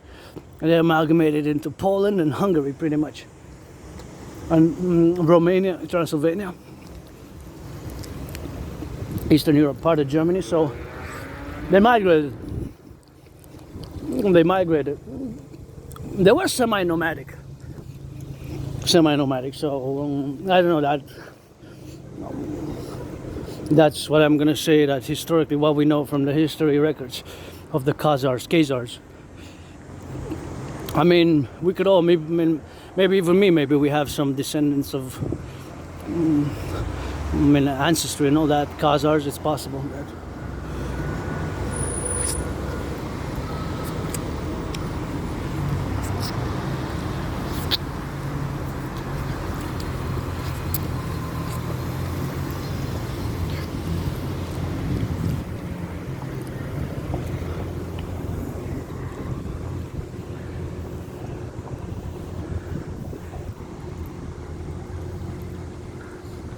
I guess me too. By September 11th, I'm gonna try to auction everything. Nobody's making an offer, somebody to buy it, maybe. So, I guess I'm part of that graffiti, wherever that graffiti was. It was like a question mark, and it was probably more conspiratorial, stating, of course, the fact that, like a question mark, if you believe in the Khazarian mafia and the Khazar mafia, and of course, to be the Khazarian mafia, if you're referencing the Khazars empire, of course, the Khazar empire, of course, dissolved and is non-existent. So definitely, of course, no, because Khazars, of course, went a little bit on the extinction side, you know. So we don't know. They got amalgamated into Eastern European, Hungarian, German, and all the other pretty much Eastern European nations.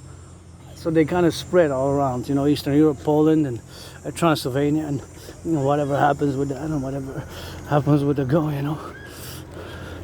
And that is just the finale, which I'm going to make the statement. But yeah. So now we're going to delve into geopolitics, and I got to leave the baggage at the door now a bit as we go to the mountain. The baggages, sometimes we have certain baggages, but sometimes we just need to discard them, at least when we involved in learning something new or being, not necessarily that I'm educating, but we're having a conversation in geopolitics, and on the conversation in geopolitics is of course surrounding that me, you know, with Asperger's, being that I'm neurodivergent. Of course, it's always a geopolitical discussion when we have, of course, when we interpolate the fact, of course, that I predicted what's happening now back in 2019. In 2019. Being that I predicted what's happening now back in 2019, in October 2019, I'm going to make this statement, which of course you have to accord. And this statement has to be accorded. And this according of the statement, which of course we're going to have to stay in accord, of course, is that something which we have to get doing with that, and have to get that appellating with that, and we have to get those transition. And of course, that is of course the appellation where we have to be victims. And the whole array is that this statement you have to accord in the with a yes, yes, yes, yes. Yes, in the affirmative. You cannot negotiate with the statement, you cannot say no, and you cannot say maybe. So this following statement, which I'm not going to make, us, Canadians, Quebecers, Quebecer Canadians, and my brothers and sisters in the USA, you have to say yes, yes, yes. Us, we, when it comes to foreign affairs, when it comes to foreign affairs, our main interest as a number one priority, we must work to having the best, most cordial, economic, social, financial, democratic, cultural, money-wise, defense-wise, military-wise, to have the best, most cordial relations with the United States, and reciprocally, the United States must have the best relation with us. So that is a constant, just, you know, constant, mathematical constant, is just like that pi symbol. That pi symbol is represented by the letter N. N for Normandy, N for natural, N for neurodivergent, N for all the neurodivergent, natural, neurotypical, Normandy, neural, natural, neutral, Normandy, the letter N, right? For Norman, Normandy, natural, neurodivergent, neutral, and normative. So all those words, of course, start with the letter N. So that is, of course, just the appellation, the letter N, which has like two heads, two faces. Thus, our empire would have like kind of two heads, two faces. So the N, the letter N, is a symbol. When it has those two heads, is a mathematical symbol representing the pi symbol, which is the relation with the circumference the circumference of the circle. So ratio is the circumference and the ratio of the circle, right? The ratio, the circumference, and the ratio of the circle. So that is, of course, something that is a ASP trait to obsess a bit about. Now see my brain calculates, it says that it has quantity of 22, and that's 12 by 24. Now my head just goes a little bit of mathematics. You have the weight. See, that's a ton at 1,388 kilograms. And you have the pounds, and then you have the number 300176666, and then 88. That I don't know what that number quantifies, but isn't it cool that it has the I love this stuff, like measurements, calculations of mathematics like that. And how many are there total? So if we are to calculate, hey, I see that number is the same for that. So that means that that's a standard, or that's the company or the standard, and it has 42, the number quantity 42 units, and those 42 units are about the equivalent in weight, but there's supposedly they're the same weight exactly, but that's not really possible though. Is that exactly possible? But even to the kilos, but okay, because if they weigh only one and they did times 42, yeah, but there's some variance, right? There must be some variance. So see, that's the same number as the one below, but that there must be some variance there. It's not really by a few grams. By a few grams, there must be some variance. Is whatever. That's just aspiness, aspi traits. So there must be some variety, and don't waste my time. I won't waste yours. You know, friends will benefits only. Pledge your allegiance, legions, thou art family. And makes me think, because now I'm going to discuss, because these plateaus, of course, to build construction workers, I will, of course, to build a 4. Let's build together the Imperial People's Coliseum, on the Canadian-US border, Imperial People's Coliseum. The Imperial People's Coliseum to be built on the Canadian-US border, to be 11 times bigger than the Caesar Superdome. The Caesar Superdome, of course, we used to be known before as the Caesar Superdome.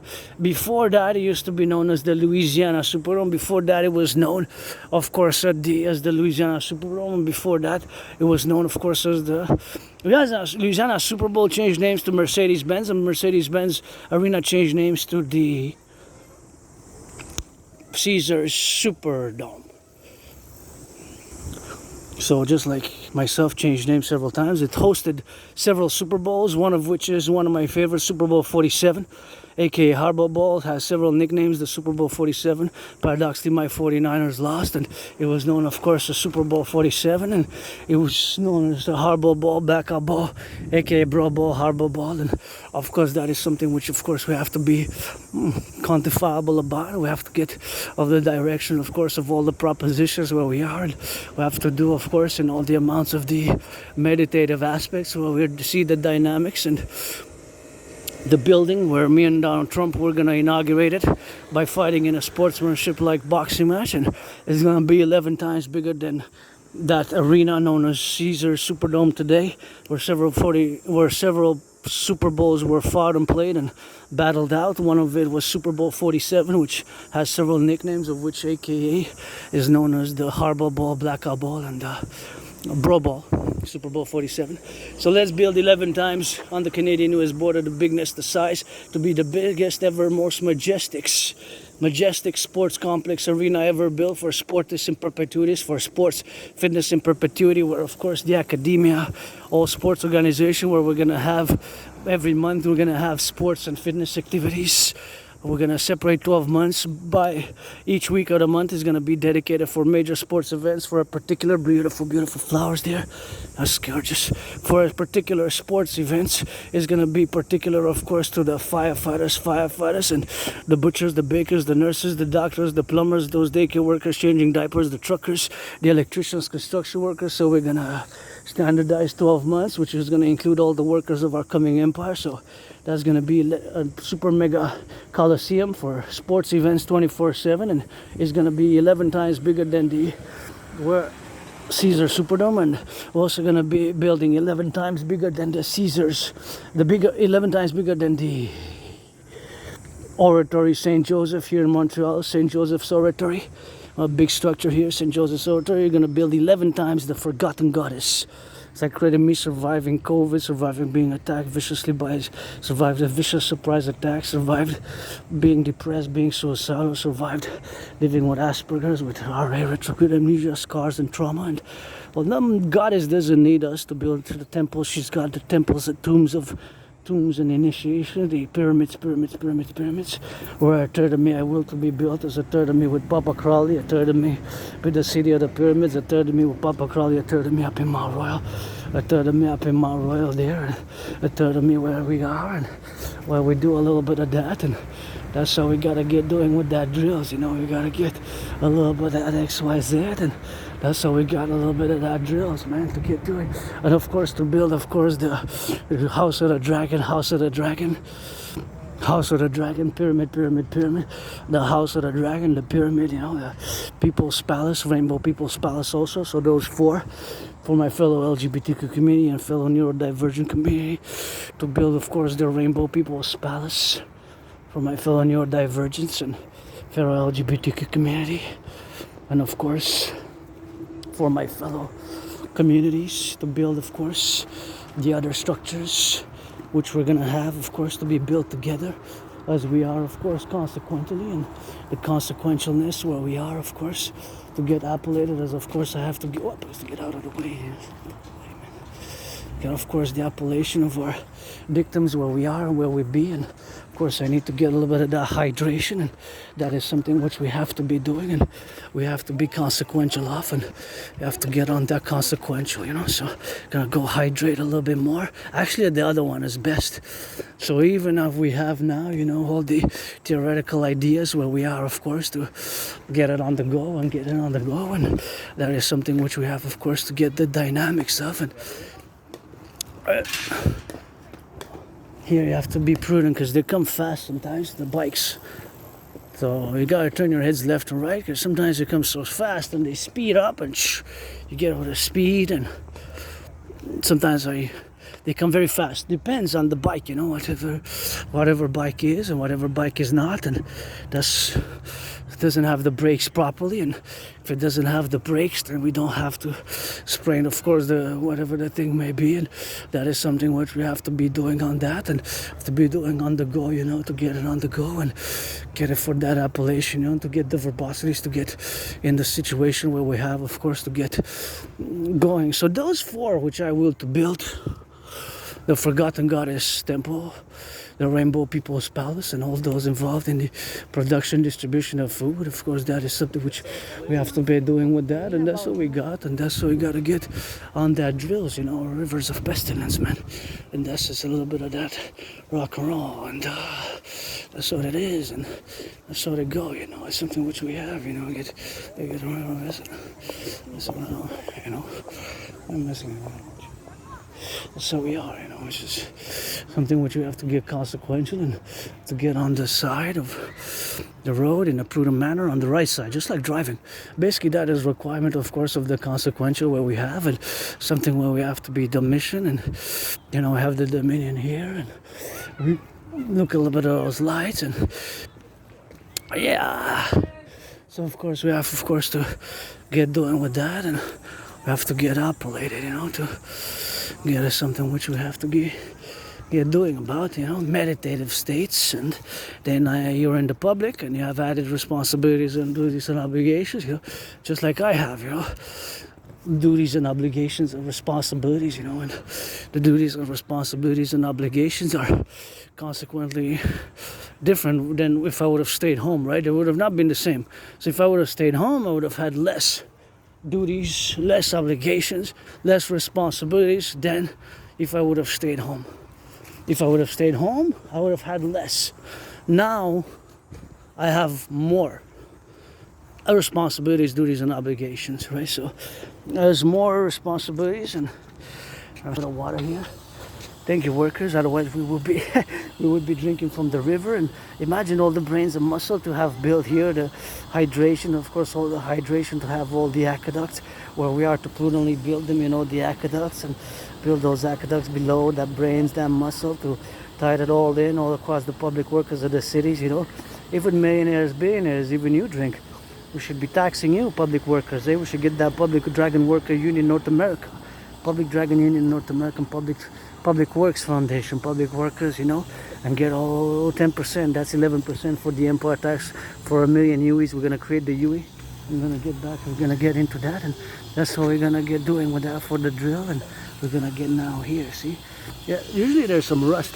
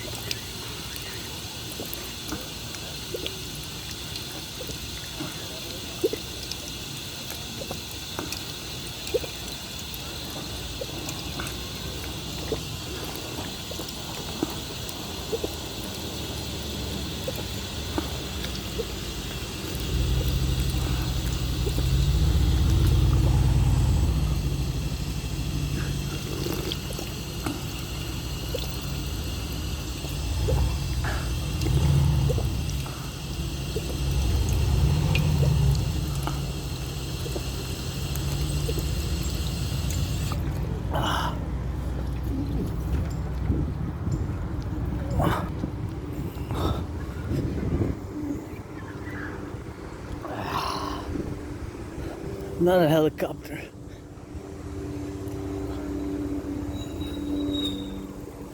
How fast do you think that helicopter is going?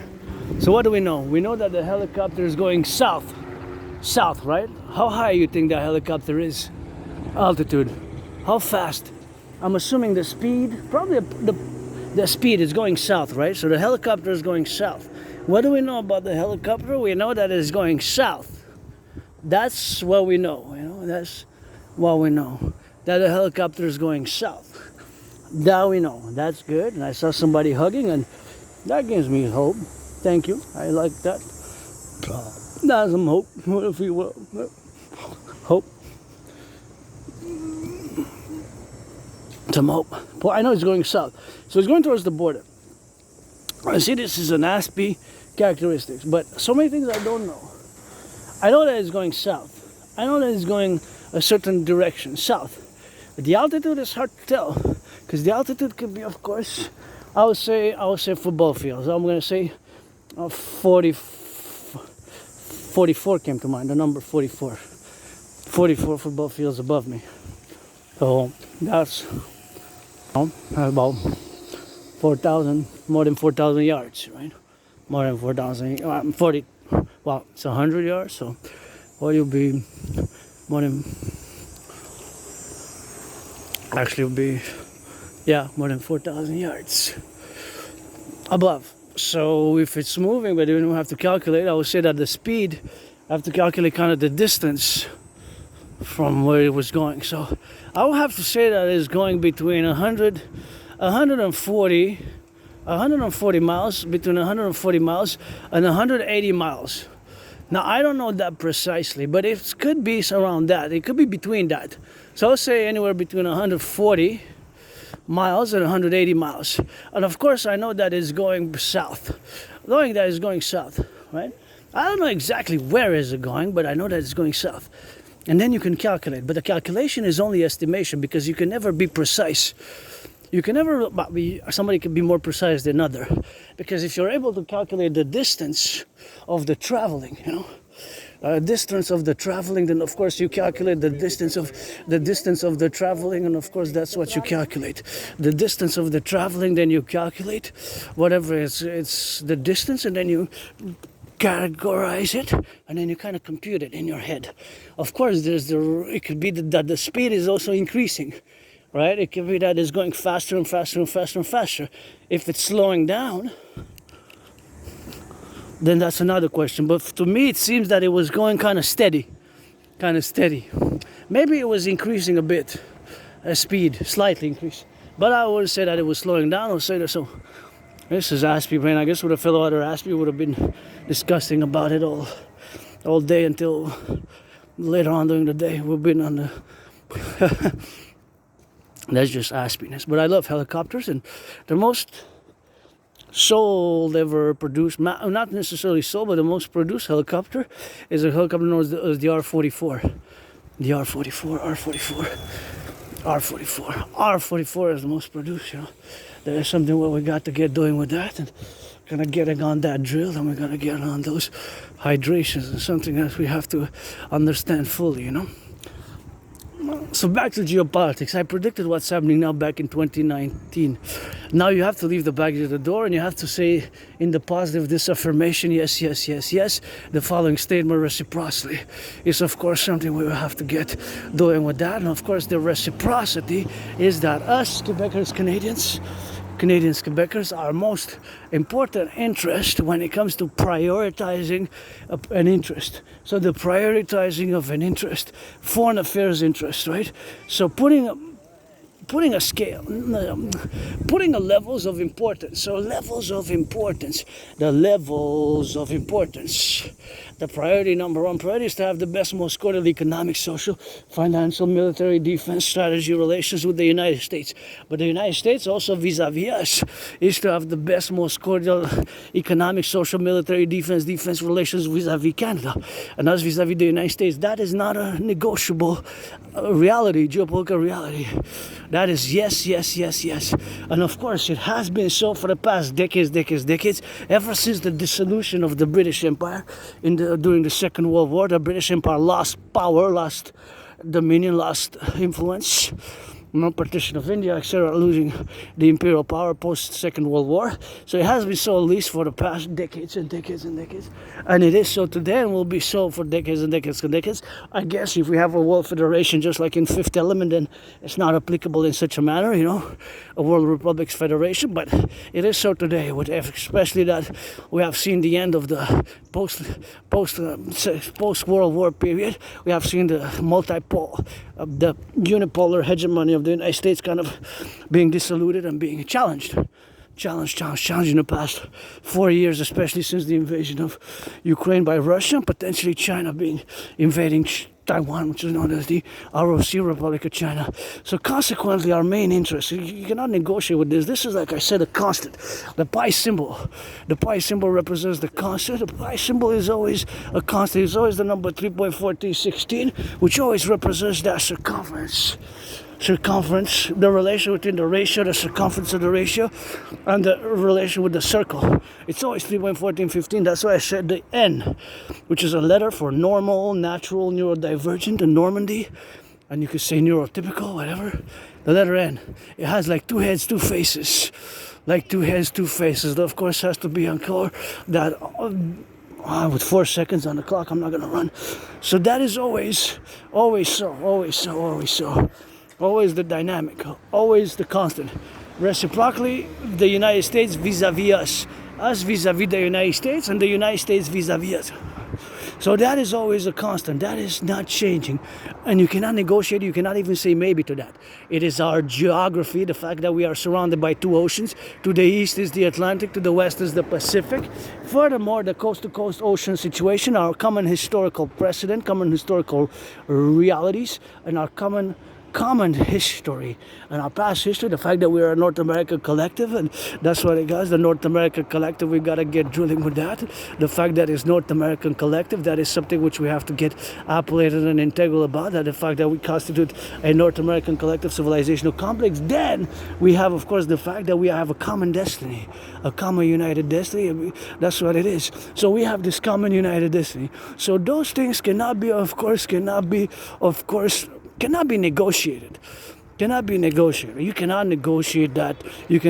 That's just how it is. Geopolitically, the geopolitical strategy which was going to employ together is the bipolar geopolitical strategy for total BDD, benevolent dominance and dominion, which you have to implement.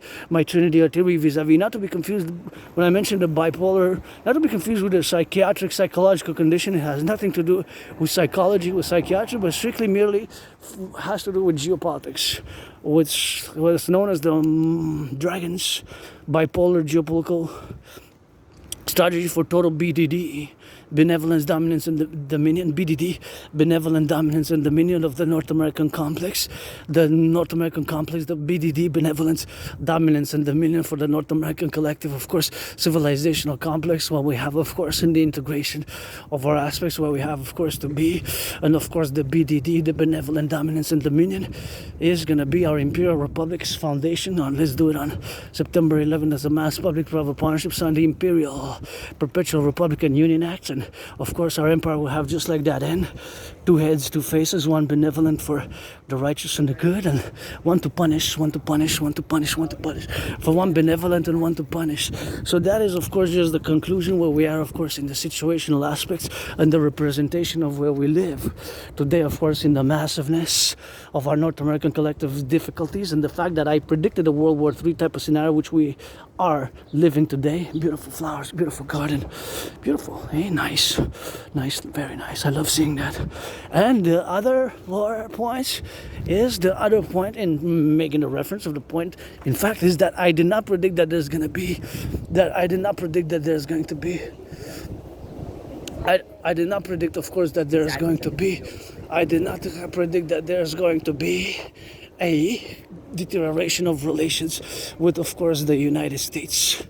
I did not predict that there's going to be a deterioration of relations with the United States. So that's totally new for me. I did not predict that there's going to be a deterioration of relations with the United States. So that's new. So that's new for me too. Yes, see. So, I thought it was, So that's new for me. That's new for me and the Dominion, and that's new for us. Here we're gonna stop and pause, and we're gonna cross the street.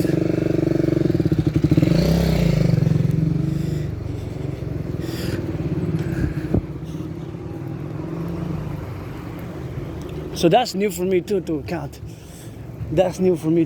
So the accounting, of course, is new for me as well. This, to take into the account, of course, that this situation is new for me. I have to account for that, because I did not predict that there's going to be a deterioration of relations with the United States. Not in such a manner. And of course, it gives me shiver, but we have to discuss it. It gives me big goosebumps. You know that since August 1st, Canada were designated by the Trump's administration as gives me goosebumps, and this is serious, and I'm alarmed, and we're designated as an unusual and extraordinary threat to the American people. We're designated, and the reason, the motive why we are so designated is the fact that,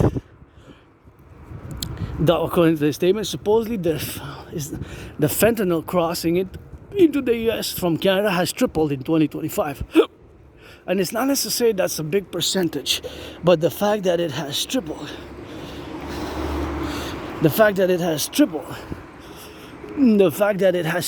is alarming. And they say that because on the 1st of August, the Trump administration, increased tariffs on Canadian aluminum and steel. Aluminum and steel also, but on general overall tariffs from 25% to 35 to 25%. So whatever the case may be, that is something which we have to get doing like that, or we have to get the appellation. So that is just the fact today. That's just the fact of where we are, the problematic position where we are. So this is very serious. It's a serious aspect where we have to get engaged with dynamics, as you can see that pyramid there. So this is a serious situation, This is a serious situation. I'm gonna wait here to cross. Yes, now go. I'm gonna cross on the streets, man. So we are designated since August 1st as an unusual, an extraordinary threat.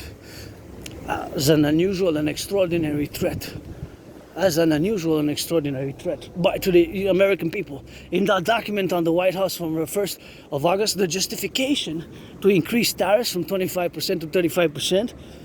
This, I did not predict this. This is new for me. It's new in the 21st century. It never has happened that we have such bad relations with the United States, a trade war between Canada and the United States. And of course, the fentanyl is not that much that's crossing, but the deadliness of it, it's so deadly. And the fact that, yes, it has increased from last year, from 2024. And my brothers and sisters also say the lack of coordination, from our forces to theirs, the lack of coordinations, the lack of coordination from, of course, our forces, security forces with theirs. Basically with the RCMPs, of course, like the federal police.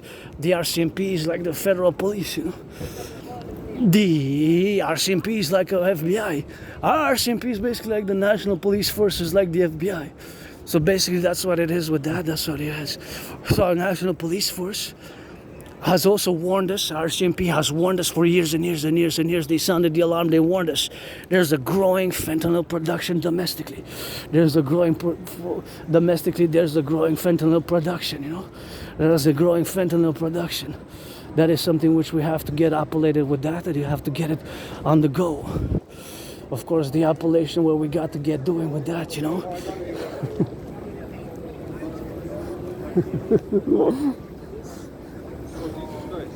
Anybody know Dude Love?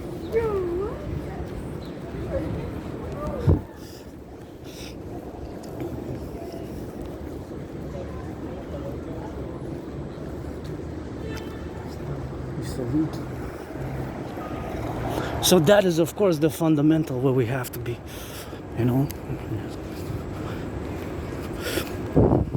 So basically the fundamental aspects, of course, of our aspects is that we have to have the best cordial relations, regardless of the administration. And of course, I would have not voted Donald Trump.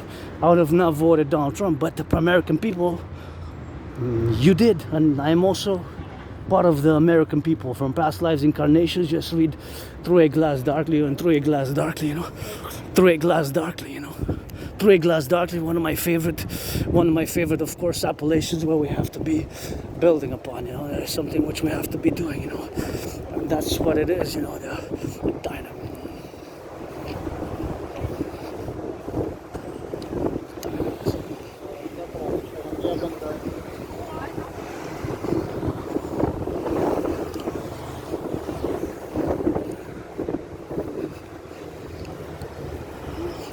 So of course, that is the American people which I love, and I am just like George Patton for 3 reincarnations, a North American Canadian. Just read Through a Glass Darkly. Tough times now, and sometimes we gotta get it 50-50, But as a Canadian, I'm alarmed, because the motive, of course, said that, of course, we did not cooperate. We did not cooperate. Not cooperate, but coordinate. But coordination and cooperation, when you cooperate, you don't necessarily have to coordinate. When you coordinate is mostly implied in coordination to attack or seize or do joint work in relation to the transnational criminal syndicate organized groups.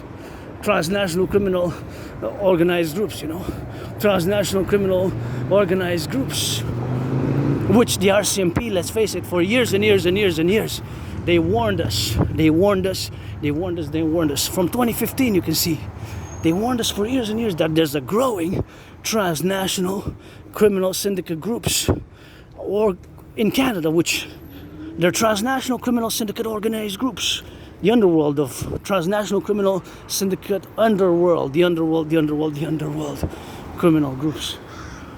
The crows say, I know your secret, I know you are androgynous, you're pansexual, you like BDSM switch, and dragon, you'll have cuckold fantasies. If I'm going to be married, I'm going to be a cuckold.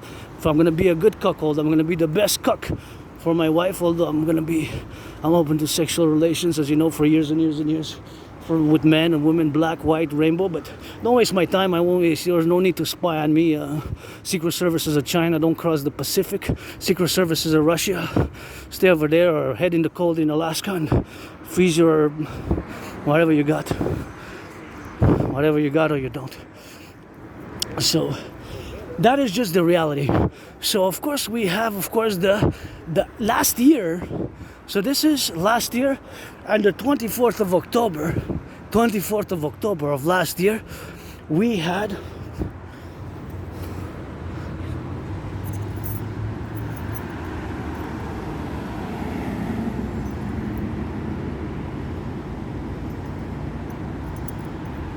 24th of October last year,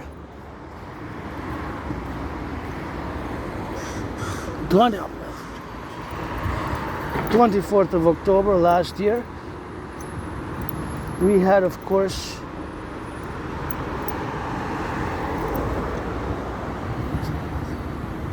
we had a massive RCMP operation, police operation, a massive one, and they seized the biggest ever.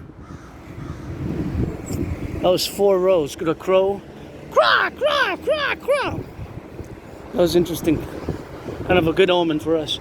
So the RCMP, the Royal Canadian Mounted Police, last year on the 24th of October, they dismantled the biggest ever fentanyl super lab in Canadian history. The biggest ever. There has never been so big a fentanyl super lab production. And there, what the White House administration, Trump's administration, what also it's mentioned is that there's a growing super lab domestic Canadian production, super lab domestic production of fentanyls, a growing domestic super lab production, the super labs that can produce between 44 and 66 kilos weekly, or it says bi-weekly, monthly, of deadly fentanyl. And we are designated this as a Canada because of the growing transnational criminal, not because of Canadians necessarily, but because now there's more transnational criminal syndicate organized underworld groups, which haven't been before. But they started about 10 years ago, and they grew and grew and grew in size and in scope. And the RCMP warned us. If you look in the documents, we check that there's a warning. RCMP warns us, warns the public, warned the Trudeau government, warned officially. And now we have this mess with this super lab. Imagine, just last year, the biggest ever super lab was dismantled last year in Surrey, BC, British Columbia. Supposedly the RCMP seized 95 million doses of fentanyl, which could have killed the population of Canada twice over. And supposedly the amount that crossed of fentanyl into the US could have killed 16 million Americans. So we are designated as an unusual and extraordinary threat now, Canada. You realize this is very serious. We have to take it very seriously. We are in danger, we are at risk here, you know. That's just how we have, you know. We have this situation where, of course, we have to project and, of course, to understand fully project and fully understand that it is the difficulties where we find ourselves in now, as relation, of course, to the proof, because the RCMP dismantled the biggest ever super lab last year, 24th of October 2025, the biggest ever super lab of October 2025, the biggest ever super lab. The biggest ever super lab was dismantled. The biggest ever super lab was dismantled. The biggest ever super lab was dismantled by the RCMP in BC, Surrey. And supposedly the sophistication was parallel, similar to what the cartels use. And now Trump is sending 3 warships potentially to strike Venezuela, and the increase of the price reward for Maduro, Nicolas Maduro, is quite hardcore. If you look at the hardcoreness as the situation, of course, where we are, as the situation where we are, the hardcoreness, and of course something which we have to appellate conclusively, that we were warned for a decade now, since about 2015, by the RCMP. If you read, there's a growing transnational criminal syndicate organizations establishing themselves in Canada. And last year, a super lab operated by a growing transnational criminal syndicate organizations not only fentanyl was produced by other drugs, but cannabis is legal Canada, coast to coast. I did not transgress the 42 transgressions. What? Transgress the 42 transgressions. Transgressions. I did not transgress the 42. I did not transgress the 42 transgressions. So that is just the fact where we have to align ourselves with. That is just the reality which we have to work towards now. Whether you're on the left, in the center, right, you have to fully understand and fully make the statement that yes, our main interest is to have the best, most cordial diplomatic, defensive, military relations, security relations with the United States. That is just number one interest. Our number one interest is so it cannot be negotiated with. It cannot be negotiated with. That is not a negotiable situation. That is not a negotiable situation. So therefore you must position yourself in the appellation where we have come to immediately and we integrate as citizens, and we fully understand that we are vulnerable. And of course, we have to fuse. My way best though. A little bit, but whether you're on the right, on the center, in the center right, center left, I'm not discussing far left and far right, but from a North American perspective, we are a new North American collective and we have to work together, brothers and sisters. And I don't know, this fentanyl, something weird. So many people are dying and overdose. Doesn't seem like a drug to me. It doesn't make sense, you know, from the, you tell me, from the business perspective, that so many people are dying. I would think that a drug dealer would want the clients to keep coming back to make more money, finance, money, commerce, trade, business. But if they're dying, so many are dying, then it just seems to me that, you know, among this fentanyl, it kind of seems that there's some tampering with it, and that it's actually covertly a bioweapon. It's covertly a bioweapon. It's covertly a bioweapon. Covertly. A covert bioweapon. That's more my analysis of it. I don't do drugs, and last time I did, 2014, spring 2014. I don't know if prior to that, if I was a junkie. If I was a junkie, I still have cannabis legal, but you have cannabis legal, and you know, cannabis is legal, and not just cannabis, but I don't drink much. And coffee, I love coffee, wafers, and yeah, I would love to have a weekly massage. It would be great. Twice a week would be very cool. 3 times would be super nice. 4 times a week with my active, super active lifestyle. 4 times a week I would be in heaven. Just once I would be content, happy. But you know what? The firefighters, millionaires, billionaires, the firefighters, you know, they deserve it. They earn it more than me, you know. They deserve it. They earn it more than me, you know. They deserve it. They earn it more than me. Firefighters of North America, of our empire, the public workers. Watch it. Gotta watch it here in Traverse. The public workers. Public workers. Those who pick up the garbage, the recycling. Millionaires, billionaires, Wall Street. If you made $1 million this week or today, Friday, give 10%. And in the empire, we're going to put a set for public-private partnership for the Imperial Republic Democratic Union. For our empire, it's going to be 11% past UEs, because we're going to create the UE Universal Exchange. It's going to be 11%. If you have more than $1 million, that's going to be the standard 11% to take care of the health care, of the public-private partnership of the healthcare. Take care of the healthcare, take care, of course, of the embellishment of the cities and all the public sphere. 11%. That's what I call for. A standard. Just like, of course, when we create the EU, we want to create the currency. Of course, we're going to have the standard, which is going to be 10% maximum interest rates, because now we have 15, 22, 25, 25.44, you know. We have 44% in the underworld, I guess. They charge you 50%. You know, if you go on the underworld, I don't have that gambling, I don't gamble, I don't do that. But nonetheless, it exists, and that's just what it is with that. And that's just what we have, of course, to do, of course, in the embellishments of our naturalness, where we exist, of course, to be prudent and to be active about it, and to get on that goal, you know. to get on that go with the left and right and in all the sunshine, glory. Gonna discuss now the DRT.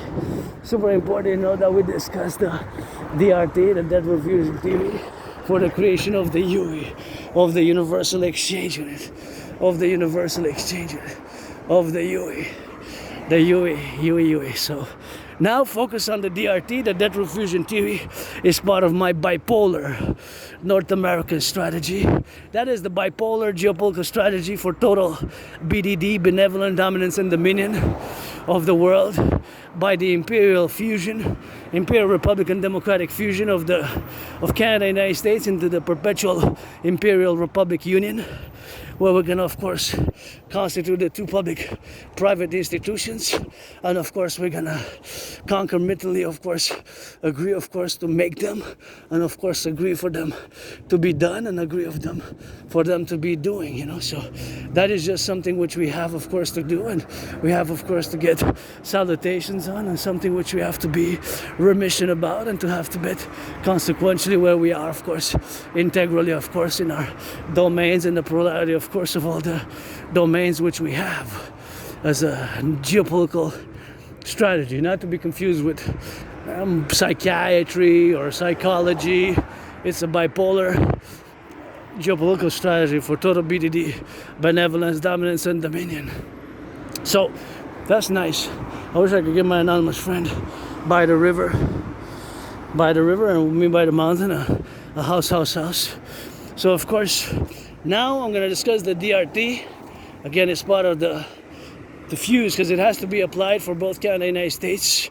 Both Canada and the United States has to be applied together, and that's, of course, something which we have to get that application, to do, the application on that go, and we got to get it on that drill. So the application, of course, for BDD, benevolence, dominance, and dominion, and of course, is something when we have to consecrate, of course, inside the internal aspects, of course, over the being where we are.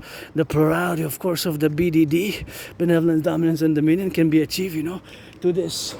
The DRT, debt refusion theory, for the creation of the UE, the universal exchange unit. So that is, of course, just the appellation. I got 11 seconds. Should I go? Should I stay? I'm going to the mountains, so I gotta get it back on time, but I guess 4 seconds is all I need. Maybe 4 seconds. Yeah. Oh yeah. 1, 2, 3, 4. That's what I needed, and I guess that's what I got, and I got just in time now to go on the other side, of course. So that is the BDD. Well, we have to discuss the implementation of the DRT, of the debt refusion theory, the implementation of the DRT. The DRT has to be implemented, of course, in the side, of course, of the things where we are here atop the mountain. Should we go by this way? I guess so. Or we could go straight in the sun and just circumvent it. That would be another way. And just go by the side. Yeah, let's do that in the sun. Circle around about it. Yeah, in the sun. We're gonna enter by the side. But you can enter by that side, by this side, all around this mountain road. We're already on the mountain, as you can see. It goes down. So this is my second home. You got stairs there to go in. You got by the side to go in. You got by that side to go in. You got by many sides to go in, And that is just something which we have to get done doing. In the sunset. So the DRT, debt refusion theory, we have to implement it because we have 4 main problems which are facing us now. Those 4 main problems are, and again, in whatever order you place them, we have 4 main economic, financial, commercial problems that are affecting us both, Canadians and my brothers and sisters in the USA. And keep in mind that the DRT, the debt refusion theory, integrates monetary integration theory, integrates monetary integration theory, integrates monetary integration theory, MIT, monetary integration theory. So we're going to take all the public and the private debt, My $10,000, I don't have credit cards, but I have a debt. So before I do discuss it, it's the only solution, but not necessarily that is the only solution.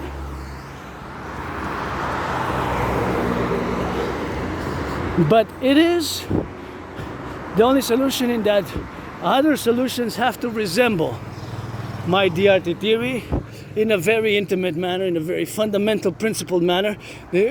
All the other theories have to subsequently resemble my DRT, the debt refusion theory, because keep in mind that my debt refusion theory, the DRT, includes MIT monetary integration theory, which was the financial theory which was implemented, integrated, where in the European Union in the 90s. The Germany, Italy, France, Belgium, they destroyed, they annulled their national currencies. They destroyed their national currencies and they created a supranational banking institution to issue the common currency called, of course, as the ECB. The European Central Bank is not a central bank in the national sense because they destroyed their national central banks. They don't have like we have here. The Bank of Canada is a national central bank, and the Federal Reserve kind of functions like a national central bank. So it's not the same. So here it is explained. So we're gonna take. So we're gonna take all the public and the private debt. But keep in mind that we have 4 problems, and that's the motive why we have to implement the DRT. And besides that, it is part of the bipolar bipolar strategy for the total BDD, benevolence, dominance, and dominion of the world, by fusing Canada and the United States into the Imperial Republican complex, for fusing the 63, the 10, the 50, and the 3 into a super 63 integrated complex. So that's also part of the strategy, the geopolitical strategy, what I call the bipolar geopolitical strategy for total world BDD, benevolence, dominance, and dominion. So keep that in mind. So we're gonna take. We got the 4 problems, and now I gotta discuss about the 4 problems. Again, in whatever order you place them, you have to place them in a certain order. But for different individuals, there's different individuals that might place them in different orders. But 1 is the growing cost of living. The cost of living is increasing. The cost of living is increasing, right? So the cost of living, you can go by that side, you can go. But I'm not gonna go by that side, I'm gonna go, of course, in the mountain, by the mountain on the side. So the growing cost of living by the cheese, the bacon, the bread is increasing, right? The price of goods, the bread, the cheese, the bacon, the eggs, the cost of living is going up. Well, watch it. I gotta watch the children here. So the cost of living, they're safe and happy, that's what's important, but I have Asperger's, so I have to just be careful, because sometimes I'm clumsy myself, and it's okay that they're joyous and happy, just I got a backpack, so I gotta just, so I'm marching more military style, so I have to be aware, because they might be clumsy also, and with the clumsiness that we have together, and just for their security and prudence, to get that prudence and security. So basically the BDD, the benevolence, dominance, and dominion, So that is just something which we have to appellate and integrate in all our well-being and all the plurality of the situation. So now I'm gonna say the 4 again. The cost of living crisis. Most of the goods, even the edible goods, are going up. Cost of bread, cost of cheese, eggs, milk, butter, my wafers, etc., etc., etc., etc. Cost of living. Prices are going up, right? Both Canada and the United States. Cost of living, growing cost of rents. Even my rent went up. I cannot say exactly by how much. I won't divulge that information. I'm just going to say that it is between $6 Canadian minimum and $10 Canadian minimum. So thus, I'm going to say that in my case, I cannot complain, because that is an increase which I find justifiable, between $6 and $10, because it's not the maximum percentage allowed by Montreal standards. By Montreal regulations, by Montreal standards is not the standard which is allowed. So it's below the maximum allowed. So between 6 and 10 for me, you can say maybe 6, maybe 10, or maybe in between. I can't complain because I find it justifiable enough. So of course the other one, which is the conditioning, is the growing cost of the debt. Credit cards, of course, are going up. So these, of course, 4 are, of course, what makes us, of course, in the position where we are today. So that is just the fact. The growing credit card debt is just factual. The growing cost of living, the rents, right? And the fourth, or in whatever order, the fourth one would be in whatever order category you place them, is, of course, the stagnation of the salaries. The stagnation of the salaries. The stagnation of the salaries. The stagnation of the salaries. Salaries are stagnating. You see more and more strikes. So the stagnation of the salaries is happening. These 4, in whatever categories, orders you place them, are the main 4 problems. Again, the stagnation of the salaries, the growing cost of rents are going up, the price of living, everyday things, everyday goods, eggs, butter, cheese, fast food restaurants, prices are going up. And of course, stagnation of the salary and growing indebtedness. Credit cards, I don't have credit cards myself, but there's more and more, even somebody now swiping, utilizing that credit card somewhere across North America. Right, even now somebody utilizing that credit card somewhere across North America, somewhere in the world, somebody using that credit card now. I have a credit line, so I'm $10,000 in debt.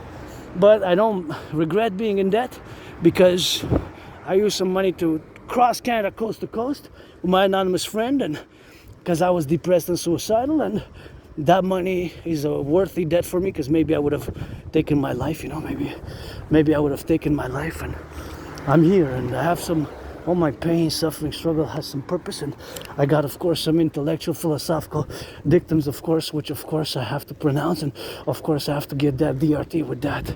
And, of course, the DRT is something which we have to finalize and get, of course, in all the magic where we have, of course, to get it on the go now. And, of course, the appellation where we have, of course, to get doing and to get the appellation where we are, So that is just something which, of course, occurs. Some beautiful flowers here. On a nice plateau, it's a nice color here, to get it on the go now. Beautiful flowers, man. Gotta get it on that, and gotta get it on those. See, look at that beautiful flowers, So something which we have to get doing on that, Something which we have to appellate, of course, to get doing on the conditioning of all the appellation where we are. So now the prudence and the consequences. And last time, remember, we passed by those 4 and I was calculating if they were equidistant, that is, those 4 points between A, B, C, D, but we're not going to go into that now. So the DRT explained, the DRT explained the debt refusion theory. DRT, debt refusion, stands for D, debt, R, refusion, T theory. Inside my DRT is included integrated MIT monetary integration theory, which again is the financial theory which was implemented in the European Union. Look at those flowers, are nice. Nice colorful, man. Of course, so the DRT, debt refusion theory, is the solution, or something similar to the DRT, to the debt refusion theory, So the debt refusion theory is something which we have, of course, to appellate, of course, we have, of course, to fully integrate and implement. We're in an emergency. We could have an economic crash Monday. Monday, there could be an economic crash. Monday, there could be an economic crash, right? Monday, there could be an economic crash. Monday, there could be an economic crash. Monday, there could be an economic crash.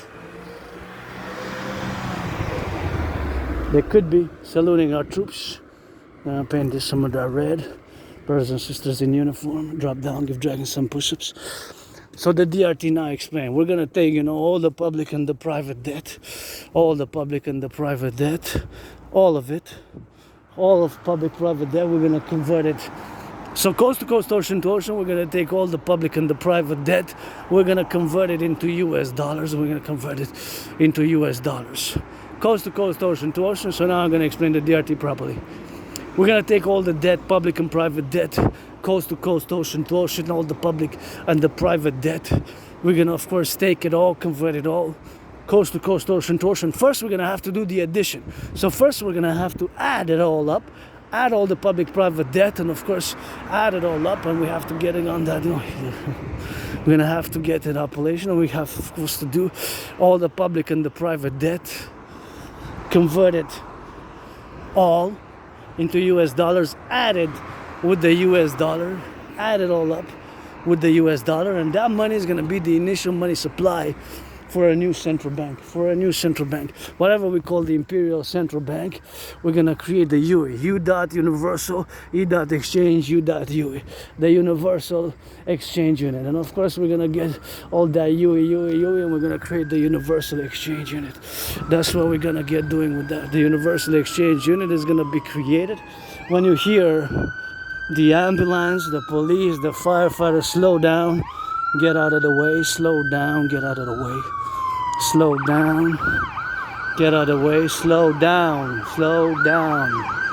get out of the way, on the right side, slow down, move your cars.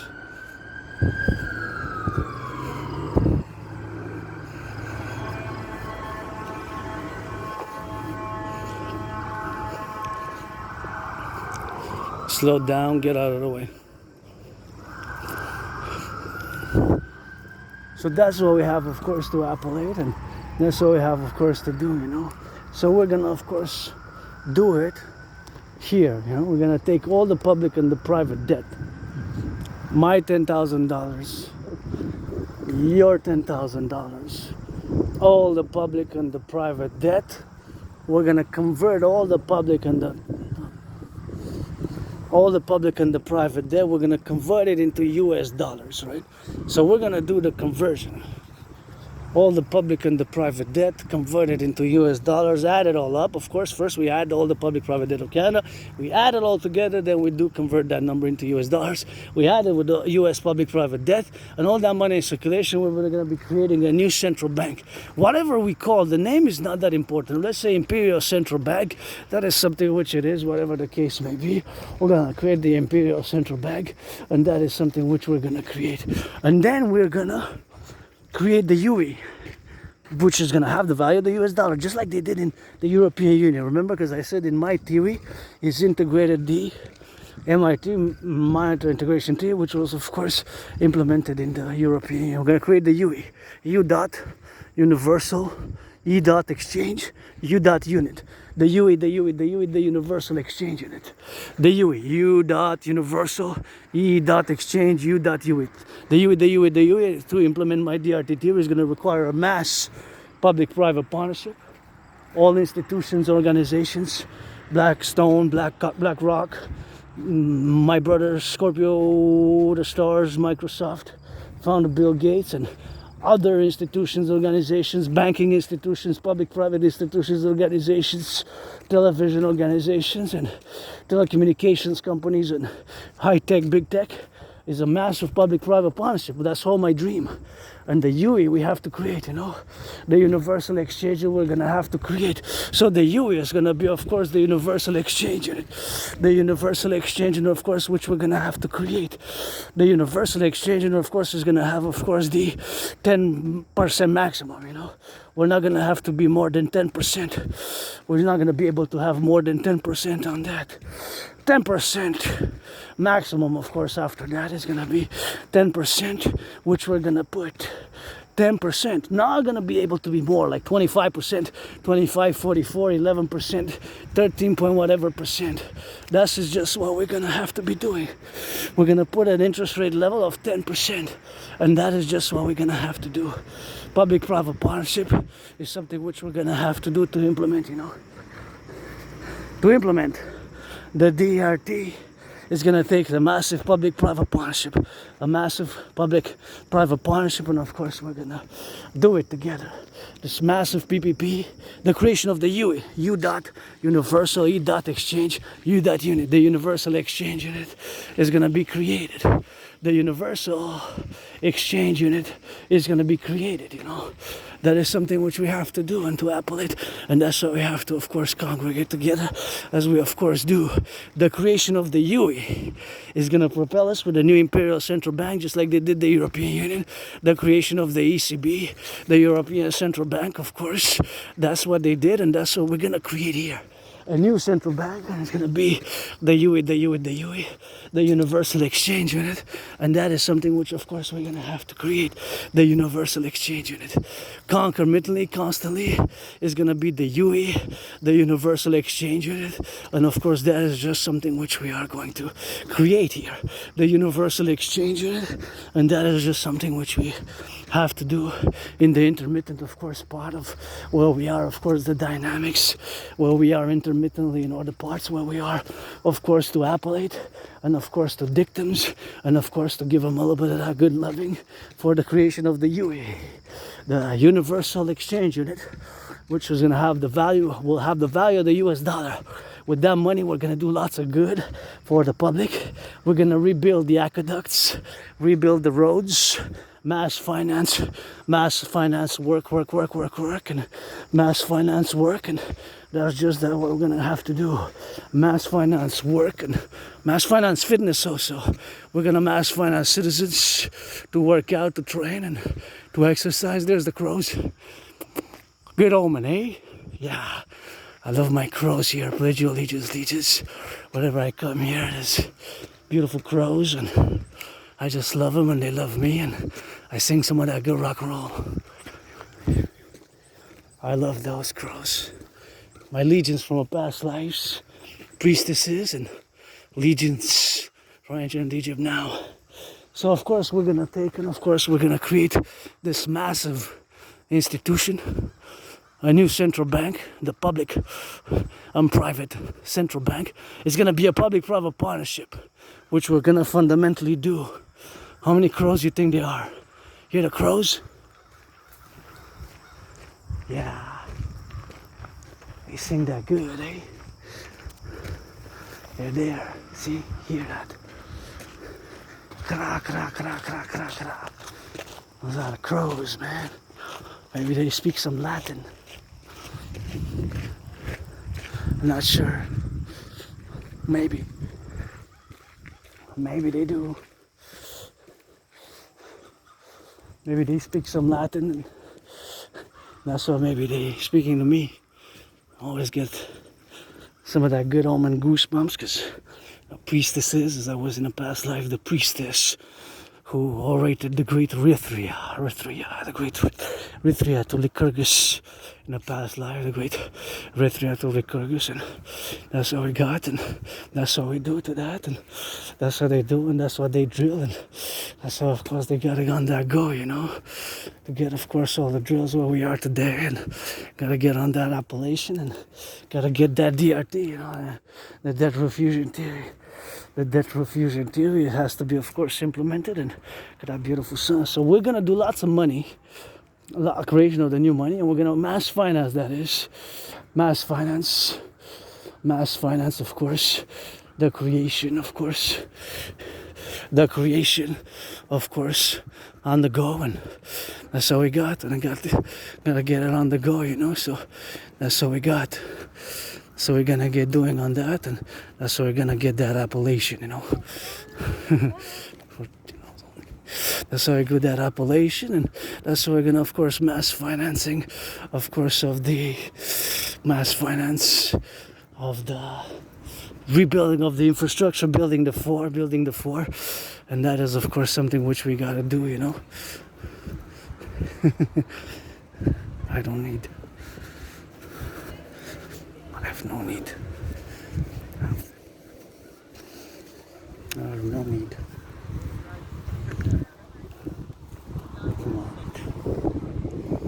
I'm free.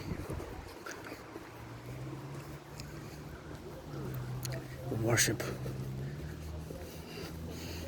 the altar of the individual.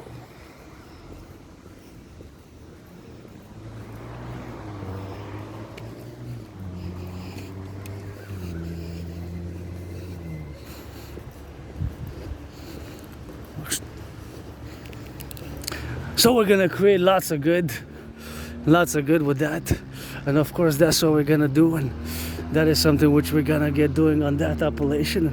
That is something which we're gonna conclusively do, and we're gonna have to understand that with this DRT is gonna propel us into a new order, a new bipolar order. So that's why we're gonna fuse. So we're gonna get rid of the border. We're gonna implement the DRT, depth fusion theory, and the creation of the UE thereof. So we're gonna get rid of the border. We're gonna get rid of that border, and that's what we're gonna get doing with that. And of course, they're gonna get that drill, and they're gonna get that love, and that's how we're gonna get that rock and roll with it, you know. Something which we have to get doing on that, you know. Something which we have, of course, to appellate and domesticate, and of course, we're gonna get it on the go, you know, to that, and that is something which we're gonna get drilling on that for us to go, of course, and appellate, you know.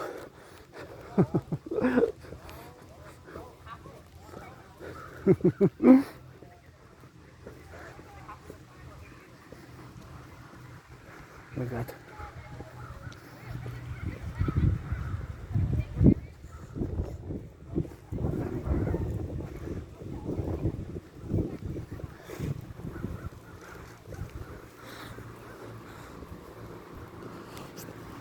I got a 99 box, man.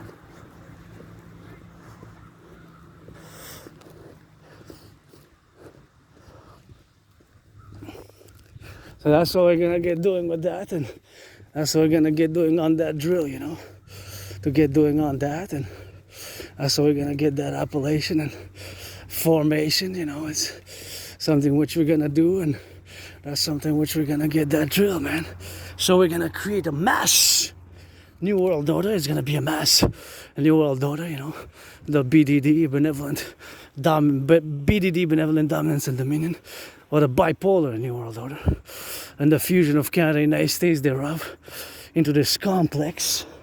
It's gonna be the Imperial Republican complex, and that is something which we're gonna have to do, and we're gonna have to appellate, and that is something which we're gonna get to do, of course, and distribute to get where we have, of course, in all, of course, the domains and the names where we are.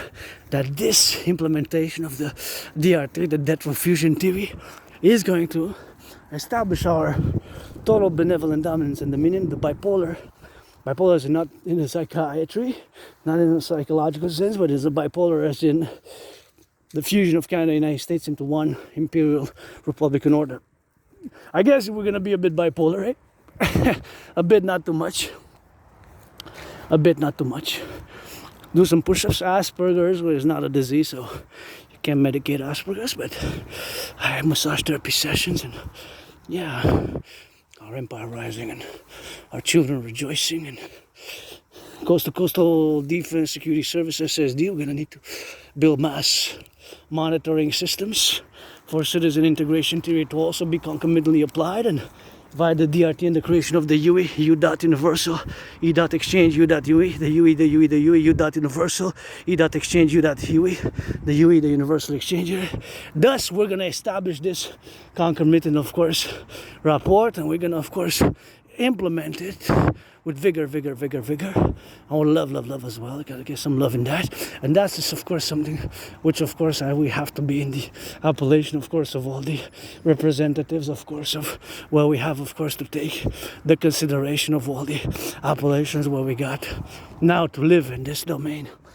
And of course, in the parallel life, October 26, 2029, I designed, build supercomputers, microchips, telecommunications gadgets, and I would know everything there is to know about that specific gadget as we go up the mountaintop. Now, from here, I'm gonna go all the way to the top, and we're gonna switch to that French in a bit because we'll have Privee, but I think that's 3G, 4G, 5G. I think I see it a bit blurred, but that seems to be like 5G there. So in a parallel life, I build telecommunications equipment, satellites, microchips, supercomputers, and it's science, super science, and technology telecommunications that I am involved with as an N.A.C.P. in that parallel life. And now I live, of course, in 2029, you know, 2029 with that. 2029 with that, and that's how I gotta get doing with that, and that's how I gotta get on that appellation, you know, to get it on that XYZ, and that's how I gotta get it on that go, you know, to get it on the left, right, and Z, and we gotta get it on that left operation, you know, to get it on the go. That's what we gotta get doing with that, and with your relation. That's what we gotta get doing on that. And that's what we gotta get doing for the left, right, Z, you know, to get it on the go, you know. Harsh me. I'm a harsh mistress.